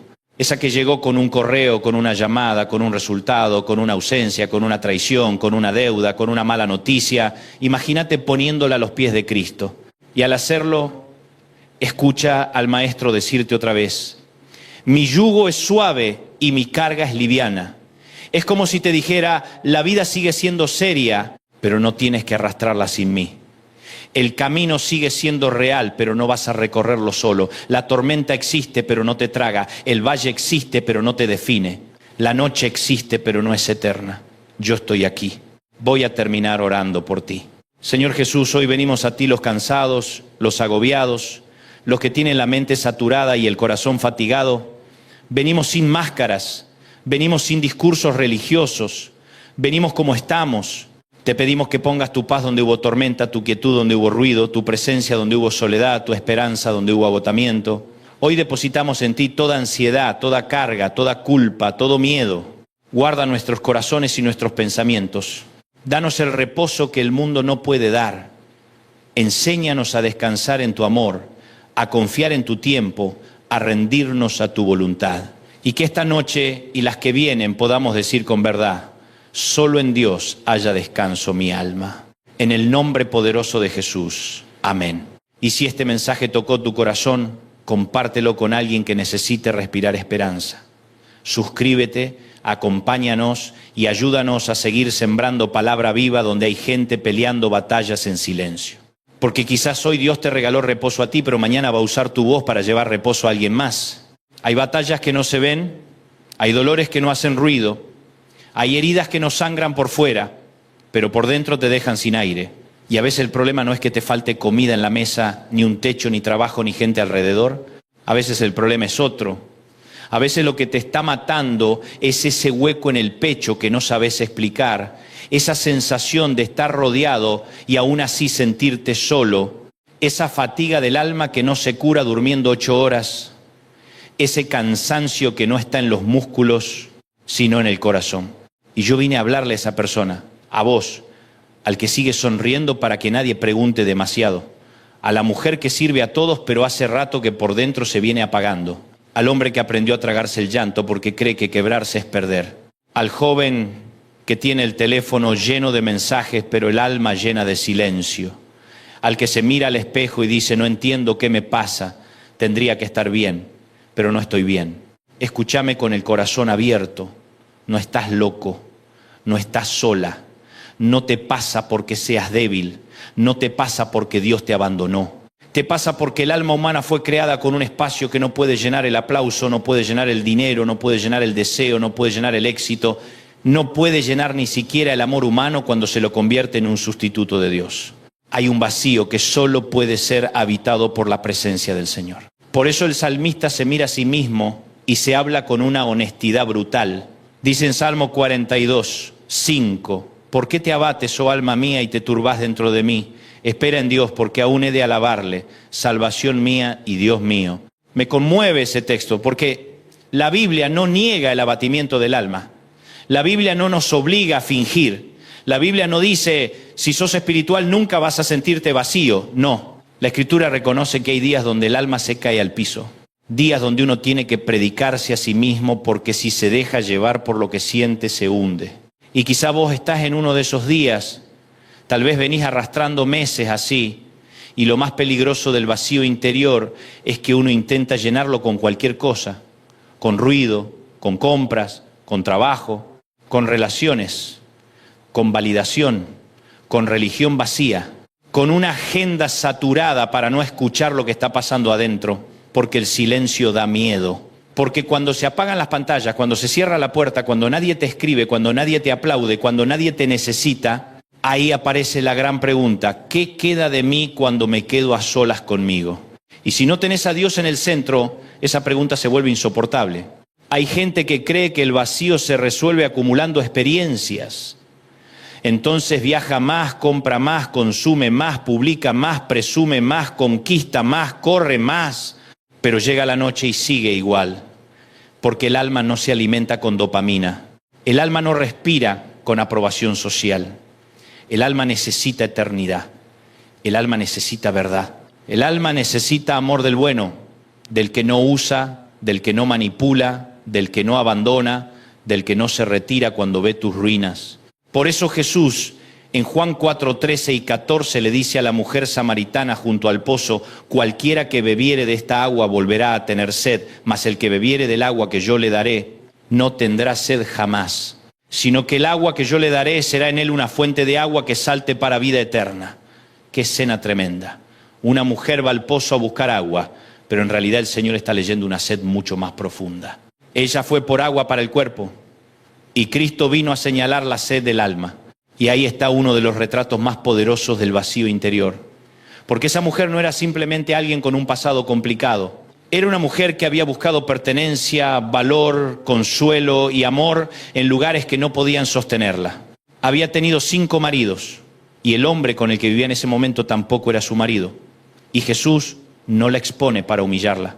Jesús la revela para sanarla. Jesús no le dice, ¿qué decepción me das? Jesús le dice, en otras palabras, entiendo tu sed, pero mientras sigas bebiendo de pozos humanos como si fueran eternos, vas a volver a tener sed. Y esto hay que decirlo con claridad. No porque una relación sea mala, no porque el trabajo sea malo, no porque el dinero sea malo, no porque los sueños sean malos. El problema es cuando le exigimos a cosas buenas que hagan lo que solo Dios puede hacer. El problema es cuando esperamos que un ser humano nos dé identidad eterna.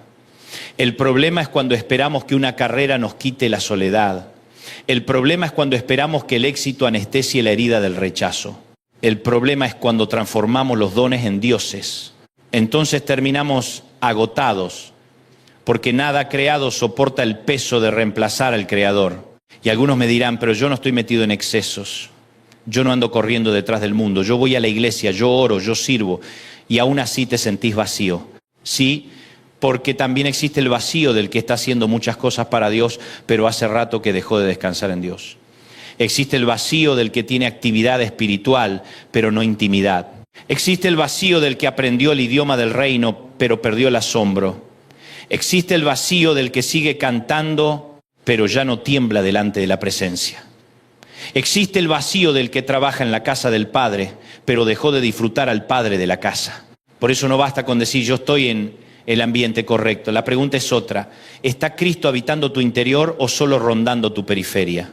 Efesios 3, 17 al 19 lo dice con una belleza inmensa, para que habite Cristo por la fe en vuestros corazones, a fin de que arraigados y cimentados en amor, seáis plenamente capaces de comprender con todos los santos cuál sea la anchura, la longitud, la profundidad y la altura, y de conocer el amor de Cristo que excede a todo conocimiento, para que seáis llenos de toda la plenitud de Dios. Ahí está la respuesta al vacío. No dice Pablo para que tengan más actividades, no dice para que estén más ocupados, no dice para que todos tus problemas desaparezcan en una semana, dice para que Cristo habite en vuestros corazones. Y luego agrega algo que parece imposible: ser llenos de toda la plenitud de Dios. El mundo ofrece distracción, Dios ofrece plenitud, y la diferencia es inmensa. La distracción te saca momentáneamente del dolor, la plenitud te transforma desde adentro. La distracción te adormece, la plenitud te sana. La distracción te deja igual cuando se termina el estímulo. La plenitud de Dios reorganiza tus afectos, tu identidad, tus temores, tus prioridades, tu futuro. Ahora bien, para que Dios te llene con su amor, primero tenés que dejar de negar que estás vacío. Porque mientras sigas diciendo estoy bien, estoy bien, estoy bien, cuando por dentro te estás desmoronando, no vas a permitir que el médico toque la herida. Y el reino de Dios no funciona con máscaras. El Señor no trabaja sobre personajes, el Señor trabaja sobre personas. No toca la imagen que construiste, toca el corazón que le entregás. Mirá lo que dice Salmo 34, 18. Cercano está Jehová a los quebrantados de corazón y salva a los contritos de espíritu. No dice cercano está Jehová a los impecables. No dice cercano está Jehová a los que nunca dudan. No dice cercano está Jehová a los que llegan enteros. Dice que está cerca de los quebrantados. El quebranto no espanta a Dios. El quebranto atrae su misericordia. Hay gente que piensa, si yo le muestro a Dios lo roto que estoy, se va a decepcionar. No, mi querido, Dios ya sabe lo roto que estás. No está esperando descubrirlo, está esperando que se lo entregues. Él no huye de tus pedazos. Él sabe qué hacer con ellos. Isaías 61, 1 al 3 anuncia al Mesías diciendo: el Espíritu de Jehová el Señor está sobre mí, me ha enviado a vendar a los quebrantados de corazón, a consolar a todos los enlutados, a ordenar que a los afligidos de Sión se les dé gloria en lugar de ceniza, óleo de gozo en lugar de luto, manto de alegría en lugar del espíritu angustiado. Eso es evangelio, eso es buena noticia, que Cristo no vino solo a perdonarte legalmente, vino también a restaurarte interiormente, vino a vendar, vino a consolar, vino a cambiar ceniza por gloria, vino a poner aceite de gozo donde el dolor te secó por dentro, vino a cambiar el espíritu angustiado, esa opresión silenciosa, ese peso que no sabías nombrar. Cristo no vino a maquillar el vacío, vino a llenarlo con su amor. Pero atención con esto, la llenura de Dios no es magia, no es una sensación emocional de 10 minutos y después seguimos igual. La llenura de Dios es una obra real del Espíritu Santo en el hombre interior. Romanos 5 dice, y la esperanza no avergüenza, porque el amor de Dios ha sido derramado en nuestros corazones por el Espíritu Santo que nos fue dado. No dice apenas informado, no dice explicado, no dice sugerido, dice derramado. Eso habla de abundancia, eso habla de desborde, eso habla de un amor que no cae en gotas miserables, sino que es vertido sobre el corazón. Hay personas que conocen doctrinas sobre el amor de Dios, pero nunca se dejaron empapar por ese amor. Saben citar versículos, pero siguen viviendo como huérfanos. Saben hablar del Padre, pero siguen relacionándose con Él como si tuvieran que merecer cada abrazo. Y cuando uno no recibe de verdad el amor de Dios, vive mendigando lo que ya le fue regalado en Cristo. Entonces se vuelve adicto a la aprobación. Se vuelve esclavo de la performance. Se mata por demostrar que vale. Sufre por agradar a todos. Se rompe por sostener una imagen. Y todo eso porque no terminó de creer lo más revolucionario del Evangelio, que en Cristo sos amado antes de producir, antes de brillar, antes de destacar, antes de que tu vida se ordene por completo. Eso no significa que Dios te deja igual. Significa que te transforma desde el amor, no desde el rechazo. Y para mostrarte hasta dónde llega ese amor, Jesús cuenta la historia del hijo pródigo en Lucas 15. Y cuando el muchacho vuelve derrotado, quebrado, vacío, sucio, sin discurso, la Biblia dice, y cuando aún estaba lejos lo vio su padre y fue movido a misericordia y corrió y se echó sobre su cuello y le besó. Lucas 15, 20. Eso me desarma, porque el hijo vuelve con vacío, vacío de dignidad, vacío de recursos, vacío de fuerzas, vacío de futuro. Pero el Padre no le da un sermón de castigo. Le da abrazo, le da vestido, le da anillo, le da sandalias, le devuelve identidad, le devuelve pertenencia, le devuelve casa, le devuelve mesa, le devuelve nombre. Cuando el vacío interior te consume, Dios no te recibe para hacerte sentir peor, te recibe para llenarte con su amor y recordarte quién sos. Y algunos me dirán, pero yo no me fui a una provincia apartada, yo nunca dejé del todo a Dios. Puede ser, pero hay otras maneras de perderse. Uno puede perderse sin irse lejos geográficamente. Uno puede perderse viviendo en la misma casa pero con el corazón lejos. Uno puede perderse en la amargura, en el perfeccionismo, en la culpa, en el activismo, en el resentimiento, en el miedo. Hay gente que nunca se fue de la iglesia, pero hace años que dejó de disfrutar al Padre. Cumple, sirve, responde, asiste, pero por dentro está tan vacía como el hijo que se fue. Por eso esta palabra es para todos, para el que se alejó y para el que se quedó, para el que cayó en un pozo visible y para el que se secó por dentro sin hacer ruido. Y te quiero decir algo más. Dios no solo llena vacíos, también transforma fragilidad en testimonio. Pablo dice en 2 Corintios 4, 7 al 9, pero tenemos este tesoro en vasos de barro para que la excelencia del poder sea de Dios y no de nosotros, que estamos atribulados en todo, mas no angustiados, en apuros, mas no desesperados, perseguidos, mas no desamparados, derribados, pero no destruidos. ¡Qué retrato más honesto y más glorioso! Somos vasos de barro, no somos de acero. No somos invencibles en nosotros mismos. No somos impecables, no somos autosuficientes, somos frágiles. Pero dentro de esa fragilidad hay un tesoro, y el tesoro no sos vos, el tesoro es Cristo en vos. Entonces, aun cuando te sentís quebrado, no estás vacío si Él habita en tu interior. Aun cuando llorás, no estás desamparado. Aun cuando estás en apuros, no estás desesperado. Aun cuando te derriban, no estás destruido. ¿Por qué? Porque el amor de Dios no evita toda batalla, pero sí impide que el vacío tenga la última palabra. Quizá vos esperabas que Dios te demostrara su amor quitando inmediatamente todo lo que duele, y a veces lo hace.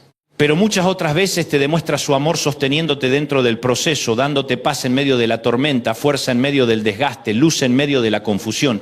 Y eso también es amor. Amor no es solamente que cambie rápido la circunstancia. Amor también es que Él no te suelte mientras la atraviesas. Hebreos nos muestra a un Cristo que puede compadecerse de nuestras debilidades. Es decir, no tenemos un Salvador distante. Tenemos un Salvador que conoce la angustia, que lloró, que fue rechazado, que fue traicionado, que atravesó dolor. Por eso cuando vos le decís, Señor, me siento vacío, Él no responde con frialdad, Él responde con misericordia. Él sabe lo que significa cargar peso. Y acá hay algo que tenés que escuchar con fuerza. El vacío interior también puede convertirse en una puerta de encuentro. Porque cuando se te caen los ídolos, cuando ya no te alcanza lo que antes te entretenía, cuando lo superficial deja de anestesiarte, ahí recién estás en condiciones de buscar agua viva de verdad. Hay crisis que no llegan para destruirte, sino para desenmascarar las cisternas rotas de las que estabas bebiendo. Hay momentos donde Dios permite que todo lo falso decepcione para que por fin descubras que solo Él alcanza. Entonces, ¿qué hago si me siento así? Primero, deja de huir, deja de correr. Deja de tapar, decile al Señor la verdad, no le recites una plegaria decorada, no lo impresiones con lenguaje religioso. Decile, Padre, estoy cansado, Padre, me siento vacío, Padre, no entiendo qué me pasa, Padre, necesito que vengas a habitar este lugar que ya no puedo sostener solo. Dios honra la verdad del corazón. Segundo, volvé al pozo correcto, volvé a Cristo, no a una idea de Cristo, no a una costumbre, no a una tradición, a Cristo vivo. Abrí el Evangelio, detenete en su presencia, calla el ruido, deja que su palabra te lave, porque hay vacíos que no se rompen con entretenimiento, sino con revelación. Tercero, soltá la culpa que te hace creer que ya no mereces volver. Si el hijo pródigo hubiera seguido negociando consigo mismo, se muere en el chiquero. Lo que lo salvó fue levantarse e ir al Padre. No esperes sentirte digno para volver. Volvé Ypsilon, su dignidad te va a restaurar. Cuarto, permití que el Espíritu Santo derrame otra vez el amor de Dios en tu corazón. No te conformes con una fe mental. Pedí encuentro, pedí presencia, pedí llenura. Pedí que Cristo habite en vos de una manera tan real que lo que hoy es hueco empiece a ser morada. Quinto, déjate amar en comunidad, porque el vacío muchas veces se agrava en el aislamiento. Dios sí obra en lo secreto, pero también usa hermanos, consejeros piadosos, una iglesia sana, una palabra oportuna, una oración sincera. No pelees todas tus guerras solo. Y te diré algo más, con ternura y con firmeza. Tal vez lo que vos llamabas vacío era hambre de Dios. Tal vez pensabas que te faltaba algo en esta tierra, cuando en realidad te faltaba volver al centro. Tal vez creíste que lo que necesitabas era cambiar de escenario y lo que necesitabas era abrirle otra vez la puerta a la presencia del Señor. Porque cuando Él entra, no necesariamente cambia todo de afuera en un segundo, pero cambia el aire espiritual por dentro. Lo muerto empieza a respirar. Lo seco empieza a humedecerse. Lo rígido empieza a rendirse. Lo oscuro empieza a recibir luz. Yo no sé cuánto tiempo llevas así. No sé si hace semanas, meses o años. No sé si el vacío te lo dejó una traición, un duelo, una pérdida, un pecado, una decepción, una infancia rota, una oración que parecía no ser contestada o una lucha interna que no sabes explicar. Pero sí sé esto. El amor de Dios sigue siendo más profundo que tu noche. Y la gracia de Cristo sigue siendo más grande que tu ruina. Y el Espíritu Santo sigue teniendo poder para derramar vida donde hoy hay cansancio.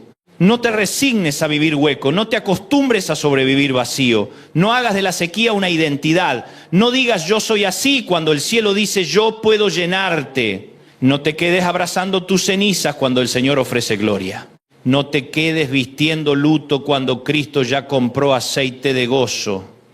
No te encierres con espíritu angustiado cuando la palabra de Dios habla de manto de alegría. Hoy puede comenzar una restauración. Y no porque yo lo diga, sino porque Jesús sigue pasando por los pozos, sigue buscando pródigos, sigue vendando quebrantados, sigue acercándose a los contritos, sigue derramando amor, sigue llenando con su plenitud a quienes se rinden delante de Él. Así que ahí donde estás, si este mensaje te encontró en medio del vacío, haz esta oración conmigo de todo corazón. Señor Jesús, acá estoy, sin máscaras, sin discursos, sin fuerzas para fingir. Vos conocés el vacío que llevo adentro, la fatiga, la tristeza, la sequía, la herida que no sé nombrar. Hoy vuelvo a vos. Reconozco que he buscado agua en pozos que no podían darme vida. Reconozco que te necesito, vení a llenar mi interior con tu amor, vendá lo que está roto en mí, restaurá mi identidad. Derramá tu Espíritu Santo sobre mi corazón, hacé habitar tu presencia en mí. Donde hay ceniza, trae gloria. Donde hay luto, trae gozo. Donde hay angustia, trae paz. Yo declaro que no voy a morir vacío, porque tu amor me alcanza, tu gracia me sostiene y tu presencia me llena. En el nombre de Jesús. Amén. Y yo declaro sobre tu vida que este no es tu final, que el vacío no te va a devorar, que el amor de Dios va a tocar las habitaciones más oscuras de tu alma, que vas a volver a respirar esperanza, que vas a volver a sentir paz, que vas a volver a disfrutar la presencia del Padre, que lo que hoy duele no será estéril, sino territorio donde Dios va a glorificarse. Si este mensaje bendijo tu vida, suscríbete, compartilo con alguien que esté peleando en silencio y deja que esta palabra siga corriendo, porque hay mucha gente sonriendo por fuera y desmoronándose por dentro y necesitan escuchar que cuando el vacío interior te consume, Dios te llena con su amor.